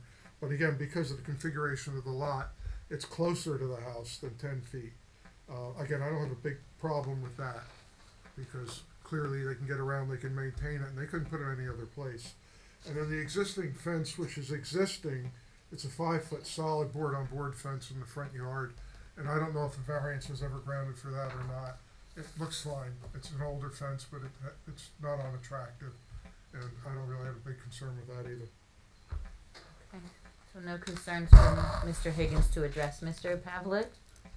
The rinse station or hose or whatever we wanna call it, that's gonna be enclosed somewhat, there's a.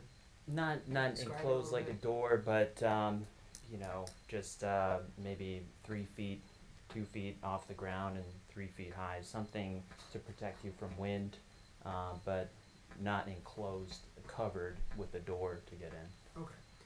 Are you running any new utility, any water over there, or this is just gonna be a hose? How are you getting that water? Something elevated to come vertically over so we could rinse sand off even if it's in our hair, not necessarily. Right. Where's it coming? Is it coming from inside the house? Our main water is right behind that wall, and we'll probably have a plumber divert some kind of plumbing so we could have hot and cold water. Okay. So nothing new coming out of the street. No, nothing new out of the street. Alright, and then as far as drainage patterns, you're not adding a lot of new impervious, but are you making any changes to drainage? What does water runoff typically do right now? Well, we don't have water in that area, so there are downspouts from the roof that divert with the slope pitched away from the house. But we really don't have water in this area right now. Okay. Now the addition would have any gutters and downspouts and splash. The addition would just have roof slanted with the slope pitched away from the house. I don't think we're gonna do any additional gutters or downspouts to that. It's just to get whatever falls on it away from the house. It's nothing serious. Okay. Now where does it flow once it gets off? Does it go towards the road? No, it goes towards the north side of our property, which is neighboring the second house for the dead end street. Would you be willing to go with the engineer's comments? If he said you needed gutters and leaders, would you be able to Oh, do so? of course. Yeah, we don't want to cause any hardship, and we Do- want to do the water control appropriately. Yeah. Okay, so it would flow northward towards, it looks like number 1400. Uh-huh. Okay. Yeah, I think you should probably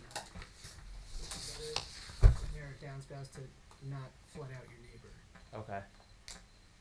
All right, well, if the board approves it, then it's gonna supply a plan for gutters and downspouts, subject to the engineer's approval. I have no further comments. Okay. Any board members? Anyone from the public? Okay, Mr. Goots, any final comments? No. Okay, so it would be for minimum front yard setback, minimum rear yard setback, maximum building coverage, and accessory building with a condition for gutters or whatever else is needed from the engineer. And there's also a fence, And the fence, yeah. And a height fence. in the front yard. a fence height in the front yard. Okay, and will someone Well, offer? you gotta I'm gonna close the public. Oh, make sorry. a motion to close the public hearing. Motion to, yes, second. Amy?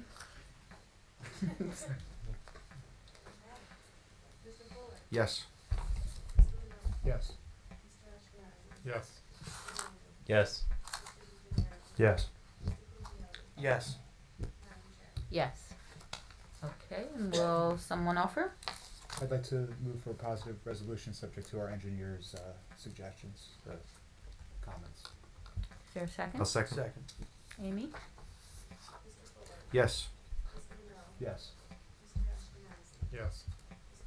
Yes. Yes. Yes. Yes. Okay, thank you, Mr. Goose, Thank and you. best of luck. Thank you. Do we need a, Ladies and gentlemen, it's 3-2 Astros, top of the 5th. and is that a clue for a break? No, Does it's anyone a need a tight- 5 minute, or can we keep I going? think Okay, do you know you only if you have want to take five? the 5, take on, the 5 now. Because we're gonna be we should take the 5 now before we get into Kane and Okay. get into. No, but somebody Rest. should tell them, yeah, because you have two people. If we can Take a actually, 5-minute what is it, 3, Okay, I just- let's take an 8-minute break, come back 9:20. Just 7 minutes and 5-minute break. 7 now. We'll reconvene, and Amy, can you please call the roll? Here. Yes. Here. Here. Here. Here. Here. Here. Okay, the next case is Kane Brewery, Block 176, Lot 1 and 2, 1750 Bloomsbury Avenue, Ocean Zone I-1. This is an existing application to expand an existing brewery consisting of 3 buildings on 2 lots that will consist of manufacturing, distributing, tasting, touring, office, and I believe retail space, as well as food service. Many variances and waivers are being sought. The attorney for the applicant is Jennifer S. Krimko. Good evening, Madam Chair, members of the board. As you said, Jennifer Krimko on behalf of the applicant. As you may remember, we started this application at the September 15th meeting and got through really a lot of the meat of the application.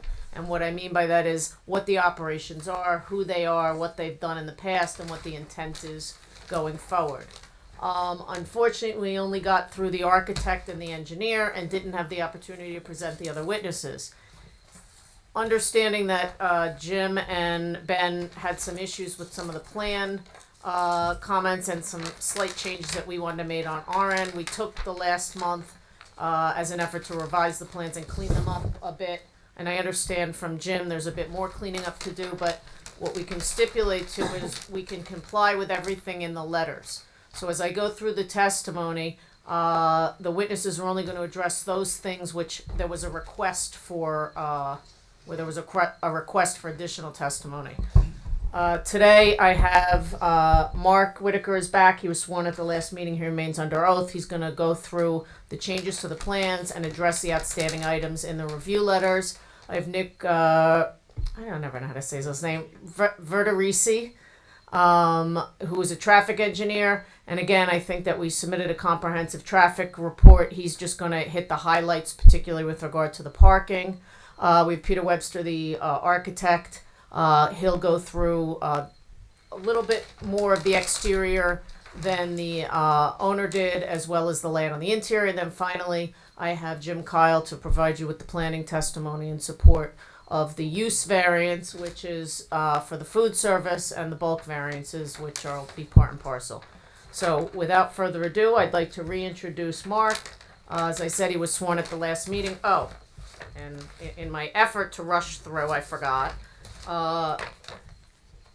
We didn't submit that yet, right? That's updated rendering. Okay, so A9, and I know it's part of the board packet, but these are a little more substantial than the residential ones. A9 is the site plan, and that's revised through 10/1/22. A10 are the architectural plans, and it's always a challenge finding the dates on these. They're redated October 4th, 2022. And then A11 is an updated color rendering of the site. And what's the date on that? 2022. All right, and you're going to email that to me and Amy, correct? Sure. Okay. Okay, so with that, I'd turn it over to Mark and have him walk you through the changes that were made to the plans and address the outstanding items in the letters. So I'll go quickly because I did testify last time. Most of the changes would pretty much be imperceptible if you were looking at the site plans, but we did make some changes that I wanted to bring to your attention. So first thing was the door on the south side of the Sunset building, which is the building on the right, that was shifted so that we no longer need an ADA ramp to the patio that we described, which is the Field and Oak patio, which is facing Bloomsbury Avenue. So you'll see that the crosswalk between the buildings kind of shifted up in the parking lot. And you're going to see that in greater detail when you look at the color rendered elevations by the architect. Second thing is the loading dock, which is in the northerly corner of 1750 building, which is the middle building. I'll point to it right here. That used to be a drive up back into ramp with an elevated loading area. That's now a drive-in ramp. All the parking spaces at the suggestion of Mr. Higgins were updated or reduced to 9 feet in width so we could have additional parking on site, with the exception of 6 spaces on the south side of the site in front of 1800 where our retail component is, and the 7 spaces on the west side of the site. Those will remain at 10 feet. We basically didn't reduce those 7 spaces because we couldn't gain an additional space. And so how many spaces total do we have now? So that went from 109 to 117 spaces on site. We did update the plans because there's a lot of questions last time with respect to loading docks and the disposition of existing loading docks and proposed loading docks. There is a loading dock legend now on the sheet in the site plan set, sheet number 7. We've increased the number of shade trees on site. We added 12 shade trees. 2 of them are on Sunset, and the remaining of them are within the site. We provided illumination details for all the signage at the request of Mr. Higgins. We reduced the driveway radii in this central parking lot. That was discussed at the last hearing, so we reduced those radii so that this aisle complies with a 30-foot requirement for a driveway at the right-of-way line. And we striped in the spaces within the courtyard area for employee use only, as well as placed bollards around the stairs to protect the stairs at 1800 and 1750. So we did modify a couple of the variances. One, like I indicated, the maximum curb cut width of 30 feet is now compliant in the central parking lot. And the parking space backing into an aisle, it needs to be 25 feet from the right-of-way line. We actually improved that by changing the parking stall dimension from 10 feet to 9 feet. So that's been lessened from 8.9 feet to 10.9 feet, and we eliminated it on the Sunset parking lot parking area. With respect to, as Mrs. Krimko indicated, I got married between this one and last one. Excuse me. There's some comments that were specifically requested from the engineer and the planner letters, so I will go through that quickly. Number 5K in the engineer letter, there's a question regarding loading in the courtyard area. We have no loading operations within the courtyard area. That's the area between 1800 and 1750. Like I indicated, the loading bays and the disposition of those are all indicated on sheet 7. The use of the driveway, which was discussed at the last hearing between 1800 and 1750. We provided a truck turning template on sheet 30 of the site plan set. And we did add a pre-treatment device for the bioretention basin in front of the Sunset Building in the form of a manufactured treatment device. With respect to the planner letter, on page 3, Mr. Higgins requested clarification on the wall or slash foundation for the patio of the Field and Oak. That is a 6.5 foot high foundation with a 3.5 foot fence on top. We will dimension the equipment behind the Sunset Building. There's air conditioner and there's an area for a generator behind the Sunset Building, and that dimension is 53.5 feet to the rear yard. Mr. Higgins requested on page 8 a description of the loading activities that would occur in front of the Sunset Building. Those will remain the same as they do now. That's basically loading product into trucks for delivery to clients. And there's a question with respect to, on page 9, with respect to all the... Can I just ask a Yeah, question? sure. You're saying they remain the same as they do now? Is it the same number of spaces? No, we increased. We added 2 So, loading... so it won't be the same, there will be additional. Same Same operation volume as far as loading product onto trucks, but there's additional loading there. areas. Yeah, it's good, additional Same loading types areas. of trucks and the Okay. same movements, just What more. are the types of trucks, just so, The 2 additional ones are on the north side. okay. What are the types of trucks? Those are tractor trailers. They are tractor Yes. trailers, so how are they gonna maneuver in? They're gonna, Our traffic engineer is going to touch on that. okay. There was a question on page 9 with respect to the fences that are on top of the retaining walls. We have a retaining wall behind 1800 and 1750, and we have a series of retaining walls for these loading docks in front of the Sunset. We will put a safety fence on top of that, and that would be black vinyl coated chain link fence. Okay, now again, the reason I made those comments is because those are all variances. The height of the combined fence and wall is a variance. And Correct. for the board to approve, they don't know what those heights are. Right, so we gave you the maximum height of those areas. So the worst case is at the northerly corner of this loading dock. That's 16.5 feet from the base of that loading dock to this green area, this landscape area, with the fence on top. With the fence on top, Right. and the fence will be 4 feet in height? Yes. Okay. Yep. And then you had correctly noted the height of the retaining wall and the fence in the back of 1715 and 1800. So, and lastly, you had asked us to look at on page 10 the amount of trees per acre that are required. We're actually saving 48 trees, and now we're adding 17 trees for a total of 65. So we actually comply with the ordinance. We don't need a design waiver from that requirement. And that's it. Say that again now? We're saving 48 trees, Okay. adding 17, so we'll have 65, and we're only required to have 61. Okay. Any other questions with respect to the letters will either be addressed by our architect or our traffic engineer, or we'll comply with. That's all I have for Mr. Whitaker. Okay, any questions from the board? I have a question. Sure. The MTD, how often does that need to be maintained? How often? Yeah. I don't know which, I'd have to look and see which MTD we used, but it's typically monthly. Okay. And you have a plan in place to maintain that? We'll have to submit a stormwater management operation manual. Okay. So we'll be, And we'll Mr. be bound Manny, to just that. so you know what Ocean Township does by ordinance, they require us to also do a stormwater escrow agreement, and that gets recorded, and it, Okay. Any other questions? Questions from the public? Okay. thank you. Peter? And all the sheets that, after I introduce Peter, that he's gonna be referencing are part of the plan set that we moved in as 810. Nothing new, right, Peter? That's correct. Okay. Why don't you just put it in front of, why don't you put it on this one? And there you go.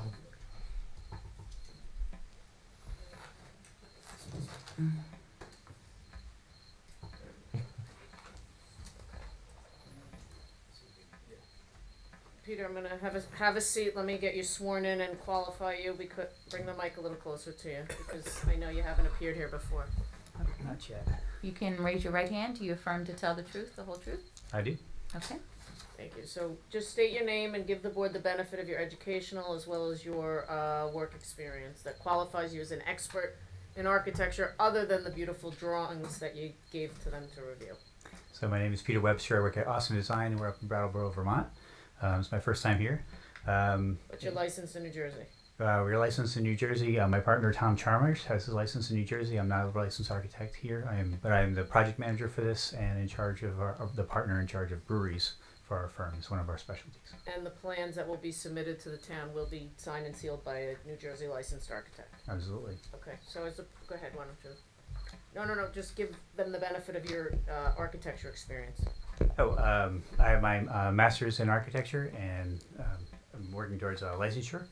And I've been working for Austin Design for 7 years, specializing in brewery and tasting room design. Any objections? Okay, we will accept.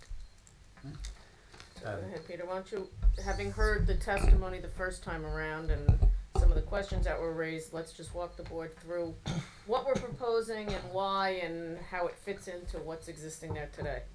Yeah, so architecture, we kind of had two directives, and one was to reorganize the interior, to accept the new brewery equipment, and move from the leaseholds into the full building occupancy. And then we also aesthetically were looking to expand the tasting rooms to meet the new needs, and also tie the whole place together with a look and feel that feels more like a craft brewery than a.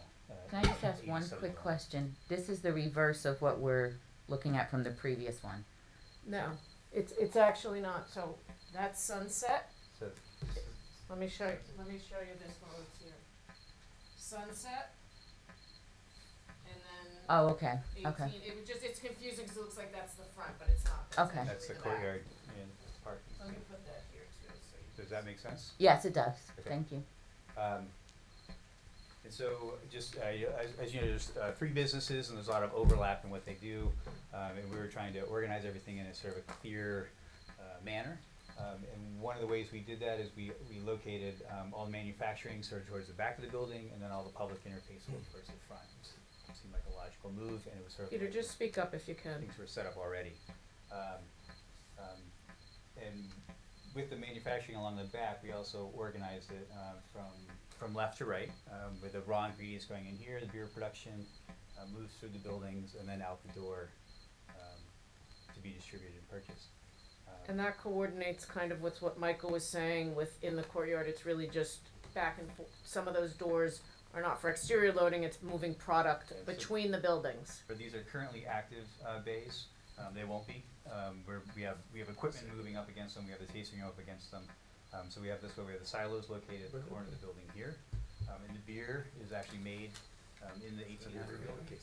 So it's made and fermented here, and then we have a pipeline that brings it over to the 1750 building. In this cellar area and packaging, so the beer is conditioned, carbonated, and prepared to go into the bottle or can. Runs through the canning line. We have a small holding cooler here, so everything is just put in there for the day, and then is moved by truck or fork truck, out the door here through the main parking lot and into the warehouse. There it's stored in the cold room until it goes out to the retailers, so it's loaded up to distribution trucks and moved on its way. So that's a basic flow across the site. So there's not a lot of back and forth and mixed up things. So then all of these bays become dormant. The fresh products are coming in here, doing a jog out here, and they exit out to New Jersey. Okay, and the front of the building for the public. In front of the building is a public tasting. The 1800 is now the main entryway for the public use. The primary tasting room is located here. We also have the retail area and then the small pizza application with the independent owner. So that's the main tasting room. I said that that's open from 11 to 10 o'clock on the weekdays, midnight on the weekends, which also has a second story. So there's a upper level that's been built out to handle more tasting room.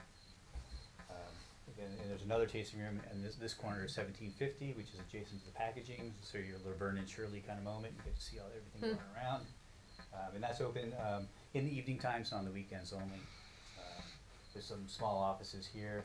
And then the Field and Oak program is sort of a sidestep for the beer process. So some of the beer is skipping the bottling process. It goes through a wild fermentation in this part of the building, and then it's also aged for a number of years. So sort of another slower outtake, and they have a small tasting room there as well. Excuse me. Then it's warehouse for dry storage, ingredients, things like that, and a cold room for the beer that's packaged and ready to go. I did mention, so the second floor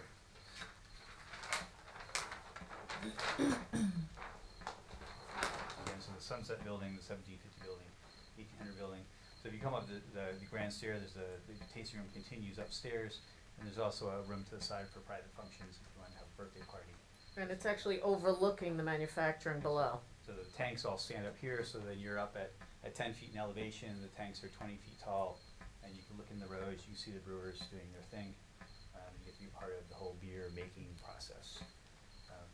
And then we have a smaller second level on the 1750 building. That's the offices. So we're coagulating all the administration from different businesses, locating in one spot, increased collaboration and efficiency. And that's the connection that that Mike showed on the. That's how you're connecting the two buildings on the second So we floor. have a small bridge here, makes a continuous facade outside, but it allows the office also to move between the buildings without having to go outdoors and back to the courtyard and things like that. So it's a nice communication hallway.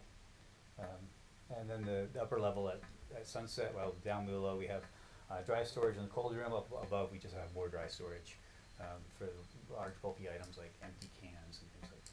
Right. Let's talk about the architecture, the buildings, and the signage, and why the choices were made the way they were.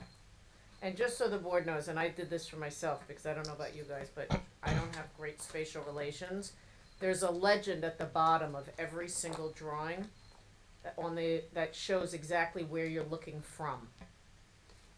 So if you're looking at your plans, there's a little arrow that shows where you're looking from, so you know what the view is. Because There's having been site plan, same thing here, the Sunset Building, the 1750 building, 1800 building. So this is as you're approaching, as you're coming down the street, you'll be passing the Sunset Building, and you'll be looking at the primary corner of 1750. So this is where our bottling and canning is going on. Here we have the offices upstairs, and further down the row we have the gateway that goes into the courtyard between the buildings, then the primary entrance to 1800. Does that locate you well? You can still with us? And so, the whole look and feel now is kind of an 80s building that looks like a spaceship that landed in an industrial park. We really wanted to get back to the origins of brewing and craft, and we decided to go ahead and redo the whole facade, make it a continuous facade, and introduce brick, which is like old factory, old warehouse kind of style. So that's a big move we're going to do, kind of take it out of the industrial park and give it a location. We also have factory style windows, small panes, large windows. We have that located throughout, both in the courtyard and the outside. Sort of prominent corner, which you see in a lot of factories. And then also we're using these canopies, these steel canopies over the entryways and loading docks. Again, as sort of a token to the industrial era. Which ties into our signs. There have been a number of questions about our signs, signage. I think one of the big ones is the prominent sort of roof sign, Kane Brewing on the corner. We kind of came up with that as you pull up Sunset and you move down onto Bloomsbury. One of the goals is the people are going to the furthest building. So we wanted to help draw people down Bloomsbury, get them into that central lot, and then they walk along the facade of the building, along the sidewalk there, if they don't get one of the primary spots right up front, and are able to walk in. So we thought having a welcoming sign that you can see from Sunset would be appropriate. And aesthetically, it goes with the overall architecture and aesthetic of the building and the design and the style. Yeah, I think what you're saying is it fits in with the theme of your architecture. Correct. Yeah, it's sort of turn of the century kind of feel. The letters are only less than 3 feet tall, so they're not actually very large. Very simple, just text and space up there. So they're not glaring. They're not hopefully not eyesore, and they fit in. Are they illuminated from the interior, or are they lights shining on them? We're currently looking at the traditional light shining up at them, which is an uplight. It's not a bright uplight, but it is an uplighting. Right, but no, they won't be internally illuminated. Yeah, there was one of my questions that was the one set of lights where the detail of where those lights were going to be wasn't very clear. I guess our intention is to have them mounted right on the parapet of the roof. Okay. No, but so they if just I'm want the light, it's right there. I'm the letter, it's right there. They just wanted to make sure they're not in interior illumination. So no, they won't. They're not lit from the yard. They're right there. No. They mean lit from the inside of the sign. Yeah. Right. That we're going to shine upon. But they're going to point up at the sign. They're not going to point out. Yeah. Okay. As long as you guys are. Yep. Some of the other signs, we have the large sign over the canopy That's painted on the brick, that has downlighting upon it and just sort of matches that out. Okay, yeah, Um, that's right, they need a if variance. you wanna go through all the signs in Well, particular. no, I think that we went through all the signs in very great detail the last time, but from an architectural perspective, considering the massive facades of these buildings, is it your expert opinion that they're proportionate to the buildings and they're not overpowering to the buildings and that they fit with the overall design and aesthetic? We do believe that. So we think it's part of the industrial design, turn of century design. You know, trying to be understated and yet signs themselves. The other sign that kind of came up was there's a concrete wall out at Sunset, which is sort of aesthetic, I guess, whether it's pleasing Well, or not. before we get there, because I think that Jim's letter spoke enough to that sign. Okay. What I'd like to do is just go through some of the other elevations. I think the board wanted to take a look at, especially where that Ju- wall just and one- fence is. One point to make for the board on the roof signs, the lighting, apparently, and Drew is checking on that now, that requires a variance because it's supposed to shine down onto the lights rather than up, which, if it's a roof sign, you can't do that. Right. Yeah, so that would be another Right, variance. so to that the board would extent have it to- needs a right. variance, we would It's a ask. double, so both the sign and the lighting are variance. Okay. And just one other, I thought there was a Didn't mention of anticipate like there an being on the roof. outdoor What's a variance? area. Outdoor patio? No. No? So originally everybody thought that central courtyard was an outdoor area. There's just decks in that area. You wanna just point out the deck? I think you could see them actually better on, yeah, they're fine. So again, the 1750 to 1800 building, this is the gateway to go in. These are two outdoor decks, and this is the patio. You have the parking across the back. If- And those are elevated. Correct. So Okay. these are at the same floor level as the building. Right, and themselves. Okay. Almost 40 to 48 inches, depending on where you are in the building, above ground. So there's decks with railings and ramps to get up and down. Okay. And as was indicated, we put the bollards in front of the door. So let's go to the other elevation, just to, one of the questions that was with regard to the raised patio at Field and Oak. The back side of the building, the silos and so forth. That's just up against a wall. And more pretty pictures.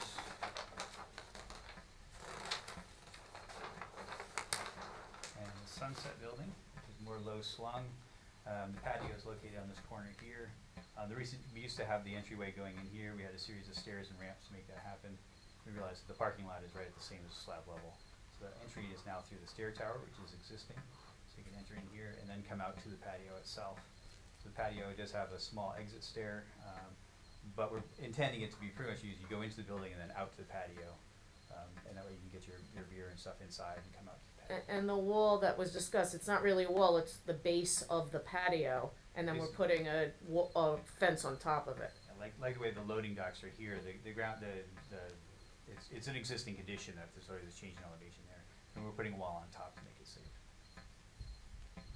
And that also shows, that elevation shows from Sunset where the cane sign is and then where the decorative mural sign is. These are the standard business welcoming signs on the ground, and then that's that large concrete sign wall that's in the back that we'd like to decorate. Does the board have any questions for Peter?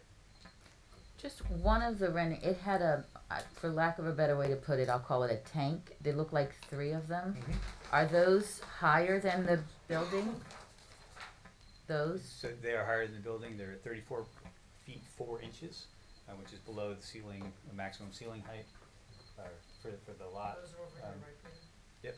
So if you remember the testimony from Mark at the last meeting, they are a little bit taller, but they're up against the wall and all of the landscaping around it. There's nothing on the other side of them.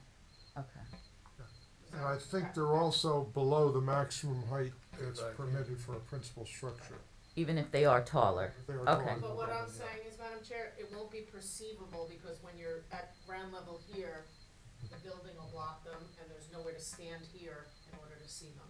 Okay. So they'll just be blocked. I believe that was Mark's testimony. Any other questions? I think there might be another variance needed for the spotlight. I think there's a spotlight for the mural. Is that correct? The mural, I'm not sure if that needs a variance or not. There's spotlights on it currently. There are 2 spotlights, yeah. They're there, so Yeah. we're not. But they still need the variance for changing everything. Okay, I don't know that we're I don't think it's a big deal. Right. Yeah. Okay. If you like to change it around, put an alley. You got that, it's a large sign, if you're gonna externally illuminate it, Right. you're gonna need a spotlight. So we're gonna take the existing and put in the high efficiency LED lighting. Yeah, Okay. Any other questions or comments? I don't have any. Any comments, questions from the public?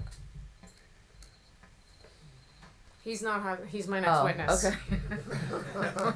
Everybody's under strict instructions to move quickly. Do, You know what? What do I use your last name? What? did you open it to the Yes, public? she Wanda? did, she did, yes. I did. Yeah, She asked. Yeah, there's no response. We all thought he was coming up to. Okay. Do you affirm to tell the truth, the whole truth? I do. Okay. Nick, testify. State your name and say. Nicholas Verderisi, Verderese. That's not an easy one. Have you testified before this board in the past? Yeah, a number of times. Okay, Yes. so you're a traffic engineer, a professional engineer, and you're testifying as an expert in traffic. Yes. And you're a principal at Dynamic, and you participate in the preparation of the traffic study, which we moved into evidence at the prior meeting. Correct. Okay. As A4. So I think that we really went through all of the site things, and I would just like, since we do need a parking variance, and even though it is justified by reading the traffic report, I'd like you to just briefly talk from a traffic engineering perspective how the site's going to function and why the variance is appropriate based on the actual demand that we anticipate and the shared uses between the building. Yes. So when you look at the calculations of parking, there's 5 different uses, I guess we'll call them, for lack of a better word, within the building. So you have office, manufacturing, warehousing, the tasting room, and retail space. And in your calculation in your ordinance, you add each one of their maximums up, and you get a requirement of 203 parking spaces. It just doesn't operate that way. What happens is, in our report, if you look at Table 6 and Table 7 on page 10, pretty much summarizes what I'm going to talk about. There's a temporal distribution, so there's an hourly variation for the different uses. So the office, manufacturing, and warehousing, those employees are there in the morning time periods. Some leave at 1. Then some leave at 4. So what happens is most of those people are leaving by the time the tasting room starts to operate on a weekday, later in the day when, you're leaving work or, in the evening hours. So that ramps up at that time. So those peaks don't occur at the same time. So what we did was we did a whole hourly variation of each one of the uses based on the operations, based on the Institute of Transportation Engineers for the uses as well. And we provided that information to the board. And you'll see there on a weekday, the peak happens at 4 p.m. and it's a 107 vehicle peak at that time period, based on all the square footages and everything and your ordinance requirements for the different uses. At the time when you prepared the report, it was adequate with 109, but we actually now have 117. We do. So now we're 10 over the amount that we anticipate at the peak time period. And then we did the same thing on the weekend. So on the weekend, you'll see, and the uses within the building are very complementary. So on the weekend, when we actually get our highest tasting room demand, there's essentially almost no demand in the warehouse and manufacturing because that operation isn't happening on the weekend or at nights. So what happens is that dies down. All the visitors come to the site. And again, totally coincidentally, that peak came out to 107 vehicles as well at 3 p.m. Okay, and Nick, in the odd event that more people come and the lot is full, this is on a dead-end street in an industrial complex that's closed during our peak hours. It is, yes. So in the ample evenings, parking on the street as well, should it be needed, even though in your testimony we won't need it. yeah. So we did a calculation. If you parked out the whole entire street, it's about 50 cars could fit on the street. We don't anticipate that happening, but if it did happen to, we could accommodate our 117 plus, maybe even 50 more cars without really impacting any of the neighbors because none of them have any real activity again on the weekend when we would have our highs. Great. So Peak. that's a basic summary of Yeah, the report. pretty much. Questions? Questions from the public? Okay. thank you. Crickets. Literally. Literal cricket. How was that? That was good. Do you want to, wait, do you have questions? Did you open that to the public? Questions to the public? I did from the Okay. public. We're just check. I'll make sure. All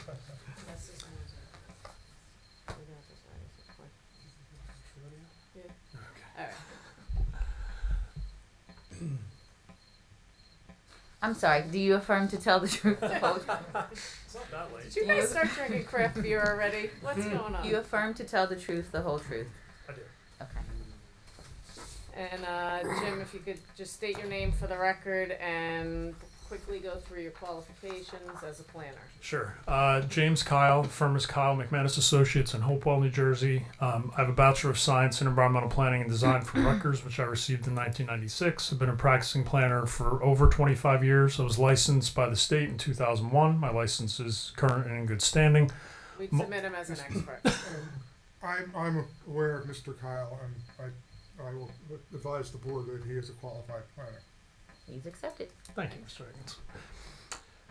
So I was retained by the applicant to review the planning issues associated with this proposal. I've reviewed all the plans and reports. I attended the first hearing. Luckily made it here in time tonight, so Jen didn't have to kill me. And reviewed the township master plan. I've also visited the site and talked with the project team over time about operations and all the reports that were prepared. So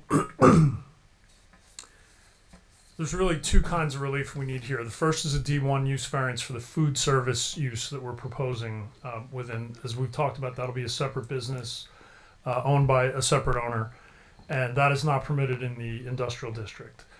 There's also a number of bulk variances that we need. Now, on its face, it looks like a lot of relief, but this is a little bit unique in that, as Peter said, we have this basically existing industrial development. These buildings are fully developed, the lots are fully developed, so we're trying to retrofit and improve a lot of the circulation, a lot of the flow and function of the site. And what it means is we have a significant number of variances, but that in and of itself is not unusual when we have a proposal like this where we're trying to readapt the use to the site with the improvements that we're making. And such a large site with such large buildings. Exactly, and again, 3 businesses operating. We have the element of customer visits at the times we've discussed, so it does require some relief, but I wouldn't categorize any of it as significant.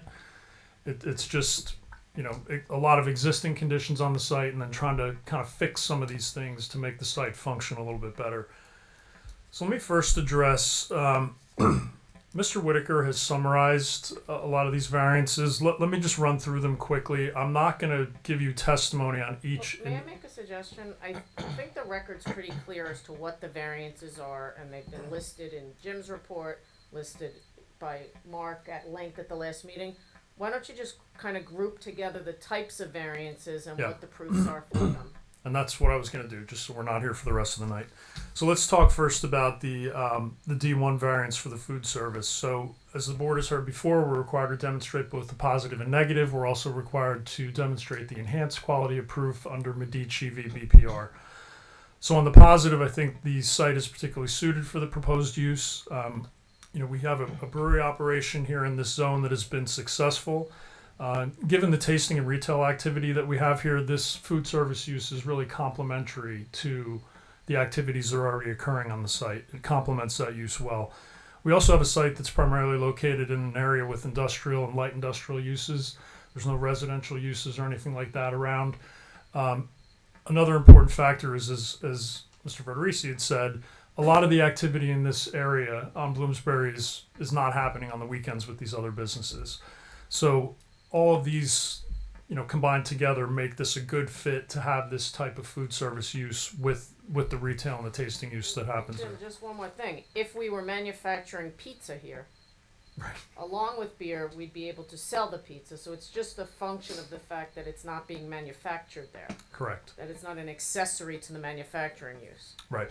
So it's not that it's not permitted, it's just not permitted because there isn't the component of warehousing or manufacture as well. Correct. So I think the site's particularly suited. There's also purposes of the municipal land use law that are promoted. A, to promote the general welfare. G, sufficient space and appropriate locations for a variety of uses. And M, the efficient use of land. So as I said, the food service use is really a natural fit here with what occurs today. It'll provide a better experience for the public that's visiting the site. And we don't expect it to bring in a lot of outside. It's not in an area where you're bringing in a lot of outside customers. It's primarily going to be people visiting the brewery will also be visiting the pizza place. Correct. So again, it's a very limited operation. All those purposes are promoted by the addition of that here. In terms of the negative criteria, given the current use of the site and the activity that's occurring, the addition of the food service shouldn't have any significant impact on adjacent properties.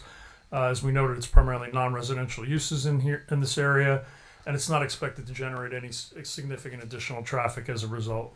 So when we look at the enhanced quality of proof under Medici, the purpose of the I-1 light industrial zone is to provide for development of light industrial, office, limited retail, commercial land uses that are compatible with the industrial nature of the area. So I think when you look at that purpose statement and we see the activity that's occurring on the site now, the grant of the variance here would not be inconsistent with that. We have uses that fit together naturally that aren't going to impact surrounding properties. It's not going to frustrate the zone plan or development of permitted uses on any adjacent lots, which is important. And I think in terms of reconciling the variance, it's really by the limited extent of that food service use that we're proposing. It's a very small component of this overall site. So I don't believe it'll have any significant impact on the intent and purpose of the zone. And we can reconcile the grant of the variance on that basis. Let me talk about, there are a number of setback variances for the front yard, and this is related to the canopies and some of the additions on the front of the building, the elements that we're adding that Peter covered. I think all the variances, the bulk variances would qualify as C2 variances where the purposes of the municipal land use law are promoted and the benefits of granting that relief outweigh any detriments. So on the positive for the setback, A, the general welfare, also purpose I to promote a desirable visual environment. Grant of the variances allows the installation of the canopies. That'll improve the appearance of the buildings, as Mr. Higgins noted in his review. Provides visual interest, and it also provides cover for some of the loading areas that we have on the site as well. That's where some of those awnings and canopies are going. Creation of the patio area, that's another setback variance. That helps to supplement the operation with additional outdoor space that complements the use, and that was the field and oak. In terms of the negative criteria, any potential impact, again, the setback relief is fairly limited. This is a large site with a lot of frontage on Bloomsbury Avenue. This is not kind of a wholesale request to decrease the setback. It's occurring in very limited locations along the facade of the building. We also have the parking area that's located in between Bloomsbury Avenue and the facade of 1800 and 1750. So that'll tend to reduce some of that impact. So overall, I don't believe that'll have any substantial impact on adjacent properties. There's no real intent, behind setback standards in general in the master plan, but they're generally geared towards light, air, and open space, and that will not be negatively impacted by this proposal. So I think there's no substantial impairment to the intent. Why do you keep looking at your watch? Well, you're talking an awful lot. Joking. Go ahead.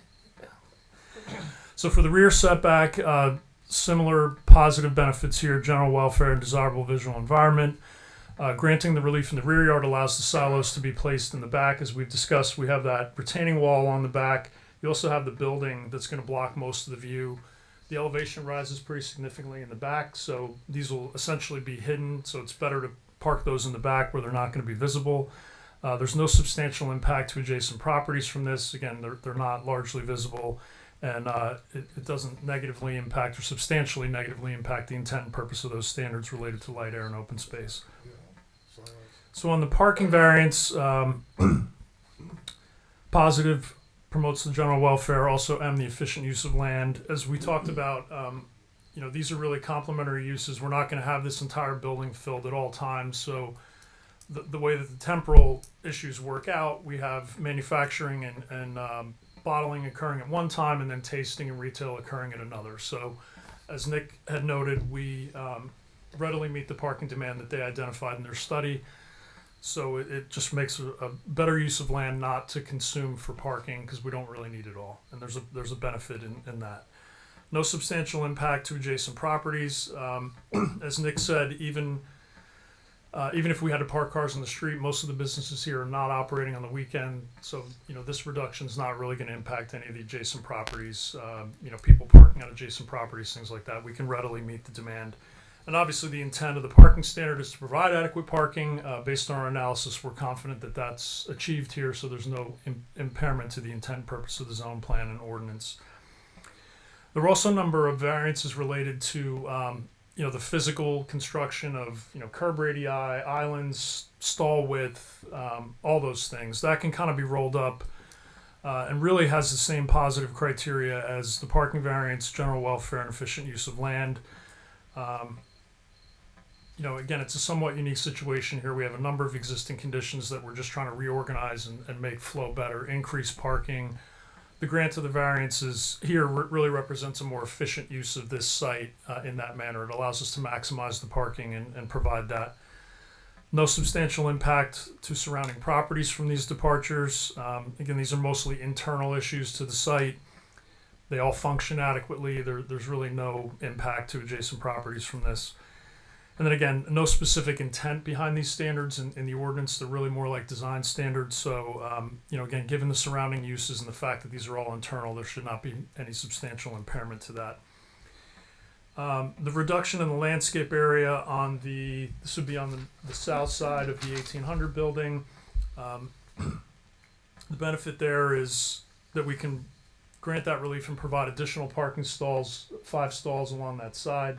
In terms of any negative impacts, that lot to the south is undeveloped. There's also a significant amount of vegetation that's on that adjacent lot, and that's really the only area of impact that we would be concerned with, and it's really amounting to not anything substantial.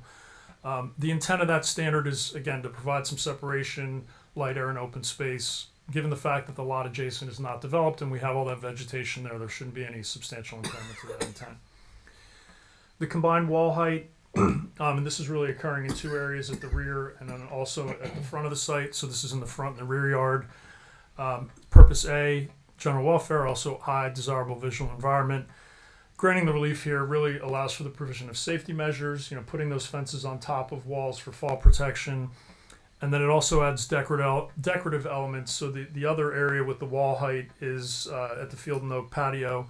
It really allows decorative elements and enclosure for that patio area to kind of give separation, which is a visual benefit. No substantial impact to surrounding properties from this, particularly in the rear. As we've noted, you can't really access the rear of the site, and there's significant vegetation there. So, that perceived height, that increase in height, is not going to impact the adjacent property to the west. Departures in the front, again, are fairly limited. We're only talking about a small area over on Sunset and then the Field and Oak patio as well. So, really occurring in a very small area of the site. So there shouldn't be any impact to adjacent properties from that.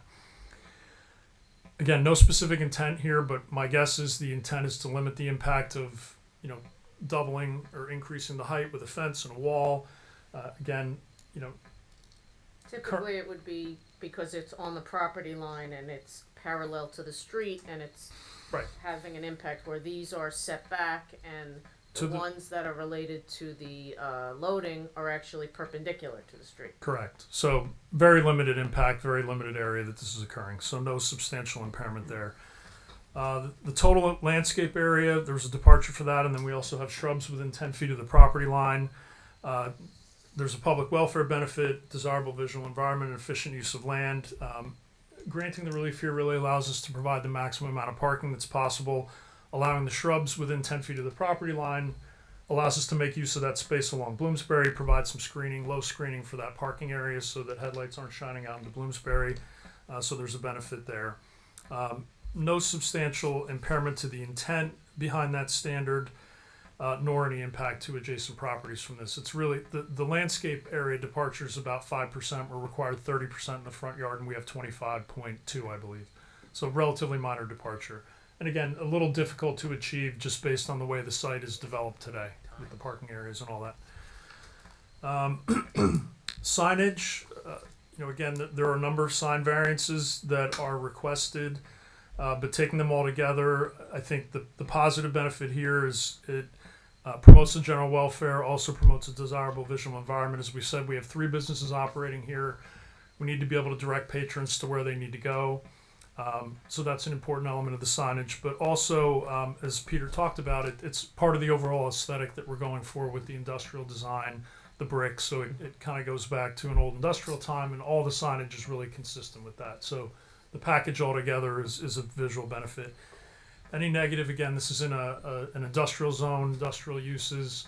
We don't expect any negative impacts. These signs are well spread out. It's a very large site with a number of buildings, so you're not really going to be seeing them all at once. And then there is no intent in the sign standards, but generally we want to make sure we're not visual clutter, things like that. And really the way they're all spread out, that's not going to happen. The final relief that I want to address is there were a number of variances for lighting. This really goes to a public safety issue. We have patrons that are going to be on the site. Nighttime, I want to make sure we have adequate illumination. That's really what all this is geared to.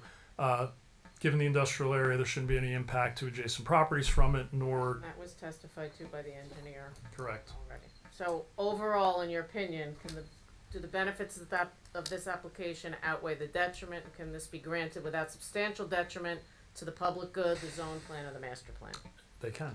Thank you. That's all we have from our planner, unless there's any questions. You don't want to ask me any questions? No. Okay. Questions?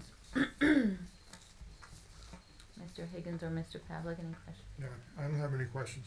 Okay. They said they would comply with all of our comments, so. Okay. Didn't somebody ask about tractor trailers? Yeah, we provided the, Oh, I we didn't- provided the turning radii. That was his answer. He just spoke very quickly. Oh. Okay. Questions from, I do have one. Mhm.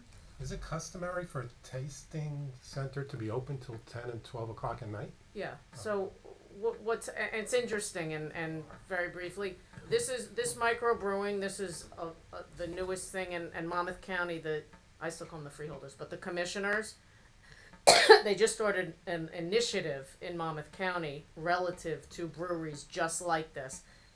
And Vin Gopal has a whole thing on they're actually promoting this type of use. It's growing. It's becoming a very socialized type of activity. So the short answer is yes, it is very common.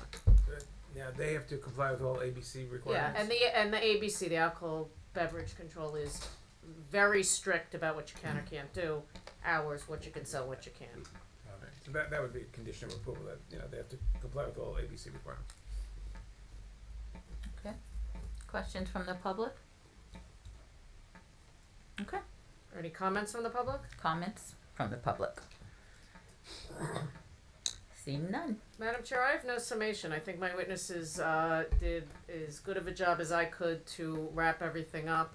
I think we hit all of the points with regard to the variances. We answered all the board's questions, and we agreed to address everything in the engineers and the planner's letter. So because of that, I'd ask the board to vote favorably, subject to, of course, doing all of that. Okay. I guess that was a summation. It was just a very short one. Mr. Steinberg, I am going to defer to you. But it's not Oh, that sorry. difficult. It's not that. No, it's not that. What do you mean? To close the public here we hearing. go. It's not Sorry. that difficult. I do want to close the public hearing. Let's close the public hearing, and then I'll tell you how to vote. What to vote on. How to vote. Here we go. I'll make a motion to close the public hearing. Those variances. I'll second. What's the lighting? Okay, Amy? Yes. Yes. Yes. Yes. Yes. No, I'm doing Yes. three because it confuses me. Yes. It's my problem, not yours. Yeah. Okay, the first, best way I'm to going to ask you summarize. to make 3 votes because it makes it easier to write these things out. The first one would be the D1 variances to permit the food situation, which is not permitted because it's not manufactured on the site. And you heard the testimony of the planner and everybody else. That would be the first one. The second one would be all the variances, different criteria to some extent. All the variances that we discussed tonight that are in Jim's report, plus we're going to add the lighting ones. Because Correct. there's a couple for the lights that are going up or shining on the mural. Yeah. And Jim and I will get together with the applicant and enumerate all those in the Yeah, resolution. and we'll have the engineers also, because the engineers usually deal with the lighting, I don't, so. We'll have all those in the final resolution, but all the ones that are required would be the second vote. The third vote would be your site plan and architecturals. Okay, so D1 for food, all variances plus lighting and site plan. Okay, will someone offer? I'll offer. Is there a second? Second. Okay, Amy, please call the roll. Are you doing all three at once? Can we do all? Please, Yeah. please. But you can if everybody's going to vote the same Yeah, on all of them. yeah. If anybody wants to not vote on the variances but vote on the site plan, you got to For tell us everybody. that. Are there any conditions? Well, The conditions Lighting. would be compliance with everything we put on the record, as well as the stipulations with regard to your letter and to Ben's So the letter. revised And plans being AB. submitted. 100% subject to your the okay. And ABC. all ABC requirements That's a given. and the standard municipal, state, and federal requirements. Yeah, okay. Whatever we put in the resolution. So we'll do all three. It was moved and seconded. Amy? Yes. Yes. Yes. Yes. Yes. Yes. Yes. Thank you. Okay, thank you. What are you gonna do, 15 minutes? There's public hearing. We'll do 15 minutes, I mean, like, we'll go till 10:30, because What we're struggling with, Madam Chair, is with regard to the next application, this is our second time being here, and everybody was patiently waiting. I can tell you that everybody here is with the applicant. I recognize everybody except for two people. So I know that there must be public here as well who've sat patiently. I was hoping we could maybe get started. Okay, I'm inclined to at least 15, 20 10:30. minutes? Okay, 15 minutes, and then For the we're, record, you know, get Mr. in. Mamie and Mr. Manel are going to recuse themselves. That's right. For, But they will have to stay longer the next time. We're just letting you know, you're not getting out that easily. And what I'd also Thank you. ask, Madam Chair, is that whichever board members, Mrs. Tallarico, and who else is in here? Van Wagner. Van Wagner, if perhaps they could listen to the tapes, or so they're eligible at the next meeting, so we would have the benefit of 7 members at the time of a vote. Okay. Probably 8-3-2. What's this? Okay, next case. Elon High School, Inc., Block 207, Lot 1 and 8, 1200 Roselle Avenue, Ocean, Zone R4. Applicant seeks a use variance to permit a Judaic education summer day camp to operate on the property. Attorney for the applicant, Jennifer S. Krimko. Good evening again, Madam Chair. Again, attorney for the applicant. Just by way of very quick background. Before you start, Yeah. this is a D variance. It will Correct. require 5 affirmative votes, Right. as you know. Just for the record. Yeah, well, For the record, today we have, at this juncture tonight, 5 eligible voters. the good news is we're not gonna finish anyway, Okay, and I so I just want- requested at the beginning that the chair please ask her fellow board members to No, catch no up problem. so I they're just wanted- eligible to vote at the For next the record, meeting. I just want you to, you know. No, well, we did you wanna acknowledge awareness, that's all. Yep, Fine. we did, thank you. So, Alon High School on, you all know on Roosevelt Avenue, those of you who've lived here as long as I have, it used to be Temple Beth Torah. And then many years ago when it sold and they joined with Temple Bethel on Monmouth Road, it was purchased by the Alon High School for the purpose of having a Orthodox Jewish girls' high school. It was when it was approved, and if I had more time, I'd look and give you the exact date. But when it was approved, at the time, it was allowed to have the high school during the school year, and in the summer months, it was allowed to have a summer school, provided it was with the same intensity as was the high school. We didn't, no, that was approved by the planning board, not this board. No, that was approved by this board. I don't think so. It's okay. It was a zoning We board. have 14 minutes. Go ahead. We'll check on it. I know it was, but in Okay. any event, so the summer school, there was never a need for a summer school here, and what we're proposing now is to have a summer day camp for younger children who, as you're going to hear from Rabbi Dayan, are the children of people who either go to the school, whose siblings go to the school now, or whose parents, mothers have gone to the school in the past. It's part of the same Jewish community, and it's the hope that they become familiar with the school, that they become familiar with the teachers and the people there, and will ultimately go to this high school. But as you're going to hear from Rabbi Dayan, it's the same intensity as it would be were a summer school, as far as the number of cars, and basically the same number of staff. And as this board is familiar, it's common at a synagogue or a location like this, or a school, to have a summer camp. They do it at Hillel, if you remember. It is done at the Temple Torah El, which is on Monmouth Road. This board approved that. They don't have a summer camp. What? They don't have a summer camp. Yeah, they do. Small. A small one they do. But No, they have a. Can I just ask a clarifying question? Is summer school and summer day camp used interchangeably? no. So, and that's They will be what I'm totally offering, and that's why. And I'm Okay. just giving a little bit of background, and that's what we need the variance for. So we could have a summer school here with the high school age children all summer long. What we're proposing instead of that, and it would not be at the same time, we would forego our ability to have summer school if a summer camp is granted. We're asking for permission to have a summer camp there instead. What I'd like to do is introduce Rabbi Dayan, have him talk a little bit about the existing camp, which its main campus is in West Long Branch, his affiliation with the synagogue and the school here, and why this is such a perfect location for this, and why it was chosen. So I'll turn it over, have him affirm and introduce himself, and give you some background. Okay, please raise your right hand. Do you affirm to tell the truth, the whole truth? Yes, I do. Okay, thank you. Okay, my name is Joey Dayan, as Ms. Kremko said. First of all, good evening to Madam Chair and members of the board and all the professionals that granted us this extra time. Thank you very much. Like Ms. Kremko said, we actually run a camp in West Long Branch. We have hundreds of campers. It's not operating. We've been doing it for 18 years. It's not operating. I'm also affiliated with the Elon High School. I'm the rabbinical advisor of the school. And so, like Jennifer pointed out, you know, this facility is perfect for a camp and school because it has classrooms, it has a multi-purpose room, it has a synagogue, and in camp, it's really like, you know, especially younger age kids, which we're proposing to put in this facility at the Elon High School. We have classrooms, so there's classroom-based activities. We sometimes have like an event where we have like a bubble show or something for these kids, and we could do that in the multi-purpose room.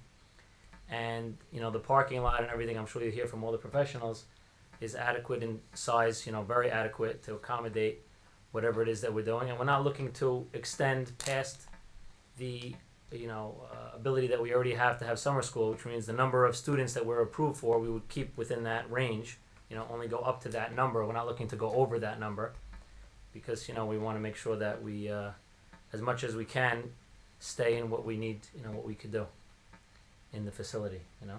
Okay.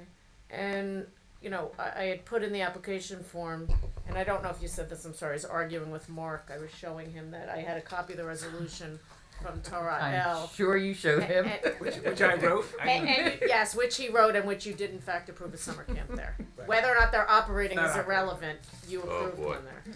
So in any event, Rabbi, you talked about being the rabbinical advisor for this school. Yes. We had characterized this as a Jewish summer camp and an Orthodox Jewish summer camp. I'm gonna explain why. Yeah, why don't you just, well, it's going to be fun, and I'm not suggesting it's not. Yes. Let's talk about what the religious aspect of this and why you characterize yourself that way, and why it's so important in the context of being in this school, and how you hope that some of these campers may become your students. Okay, great. So there's two prongs to that. First of all, we're a Jewish camp in that, you know, we pray every day. Like the first hour of the day is usually for prayer. We teach When you the say kids, we, you mean the campers the as campers, well? yeah, the campers. And we teach the campers to make blessings before they eat food and grace after they eat food. In the summer, there's always a couple of holidays that come up. We teach them about the holidays. There's a couple of fast days, you know, and different. It's a Jewish faith, you know, based camp. There's modesty. There's a certain dress code to the camp, and that's how it's Jewish and faith based. And then the second part of connected to Elon High School is that at Elon High School, we don't have a feeder school, which means usually high schools feed from an elementary school, you know, and a preschool. we just have a girls' high school. And so part of, attracting kids and parents to the school, we feel that having the summer camp where people can feel comfortable sending their child to the facility when they're younger, 5, 6 years old, will help them, have a certain sense of belonging to the building and to the area, to some of the staff members that might be interchangeable. And so they'll have a certain affinity to maybe come to the school and help us with our recruiting and make, Elon High School more successful. Okay, so obviously one of the reasons that we come to the board, and when you have a use variance, we need to talk about the impact to the neighbors and the character. So just go through a typical camp day, what you foresee here. Okay, so typical camp day would be around 9 o'clock in the morning. The buses come in. I'll tell you how many buses? Yeah, so so again, it's similar to the high school. So the number and age of the campers is what? Well, we put a range of 2 to 10 years old. But it won't be 2 to 10. It'll No, either be 2 to 8 2 to 5 even, or 2 to 6, or 6 to 8 or 9. You know what I mean? So those are the two options that we're playing with. But the buses would come in. I guess the the engineer will talk about that. But how many buses do you expect? We don't expect more than 10 smaller buses, or I think it was 4 or 5 larger buses. I think they were interchangeable, either 5 large ones or 10 small ones, depending on the age, because the younger ones ride on small buses, the bigger ones ride on big buses. So depending on what we decide to put in that facility, and they come in the morning, drop off, the campers. They probably stay in the parking lot for 15 minutes or less. Is usually, we analyzed it, about a 5% of parents would drop their kid, who slept late or had a doctor's appointment or had a party the night before and, just didn't make the bus. And when you say you analyzed it, meaning? Internally from our 18 years of experience of running the camp. Okay. Yeah. The camp on the other location, so you're saying an average about 5%. Yeah, so let's say if we were approved here for 160, which I think we're approved for, a handful of people might drop off their kids, but they would be after the bus has already left. So if there's 5 or 6 cars coming, they don't come at the same time. One here, one there, dropping off a camper that came late to camp. But then going back to the schedule of the day, they'll pray in the morning till about 10, and then they'll do circle-based activities if we're talking about the younger ones that are classroom-based. They have like a teacher, a Mora, and they'll have, art, baking, different projects that they'll do. In the room, and then Is this all girls? it's mixed. If it's the preschool age 3, 4, 5, it's girls and boys. If it's above first grade, it'll probably be all girls. And then you could do different games and sports in the multi-purpose room as well. yes, we can do certain activities in there as well, and pretty much, especially because they're younger kids, they're usually pretty contained within the facility. We will have probably 1 to 2 buses each day, because we don't have pools and we don't have things. So in order to take the kids swimming, we would shuttle some kids off the campus to our other location, most likely to take them swimming. But it's not every kid every day. No, it's not every kid every day. It would be pretty much every kid will probably have a chance to go swimming twice in a week. So it will be 1 to 2 buses that will shuttle them to swim. And then there's a couple of trips throughout the summer. I don't have the exact number, but a handful of trips where we might have a few buses line up to take kids on a trip. And again, it's usually not everyone, it's usually just some. So there might be some activity throughout the day, but it's minimal in comparison to, I think, 135 spaces that we have at the... Okay, and then we're proposing a small outdoor recreational area, which we're proposing to kind of mark off with temporary barriers for safety. That's right. Are all the kids going to be there at once? How's that going to work? No, usually, just because it's summer and we want them to be outdoors, a lot of days it's hot, and when it's really hot, we don't take them out at all, especially the younger kids. But there will be, we're proposing to put, 1 group of kids to go out at a time to have some sidewalk chalk, go on a, temporary little slide that we might put on something on the ground that's a little softer. But something temporary, and we'll put barriers, obviously, and, you'll hear that testimony as well, so that the kids could, have some open air outside during the summertime. Okay. And one of the concerns in the review letters, you don't have any special events where you're having a bunch of parents drive. You have orientation once a summer. Right. And So- you stagger that to Yes. ensure that there's always enough parking. Definitely, exactly. So at the other location, we also have initial parking, And so there's only one special event, because it was in the letter. We said it's orientation when the mothers, and that's only if we do the younger kids, but the mothers would actually bring their kid to camp for the first day, for the first hour, get the kid used to being in the building and in the surroundings.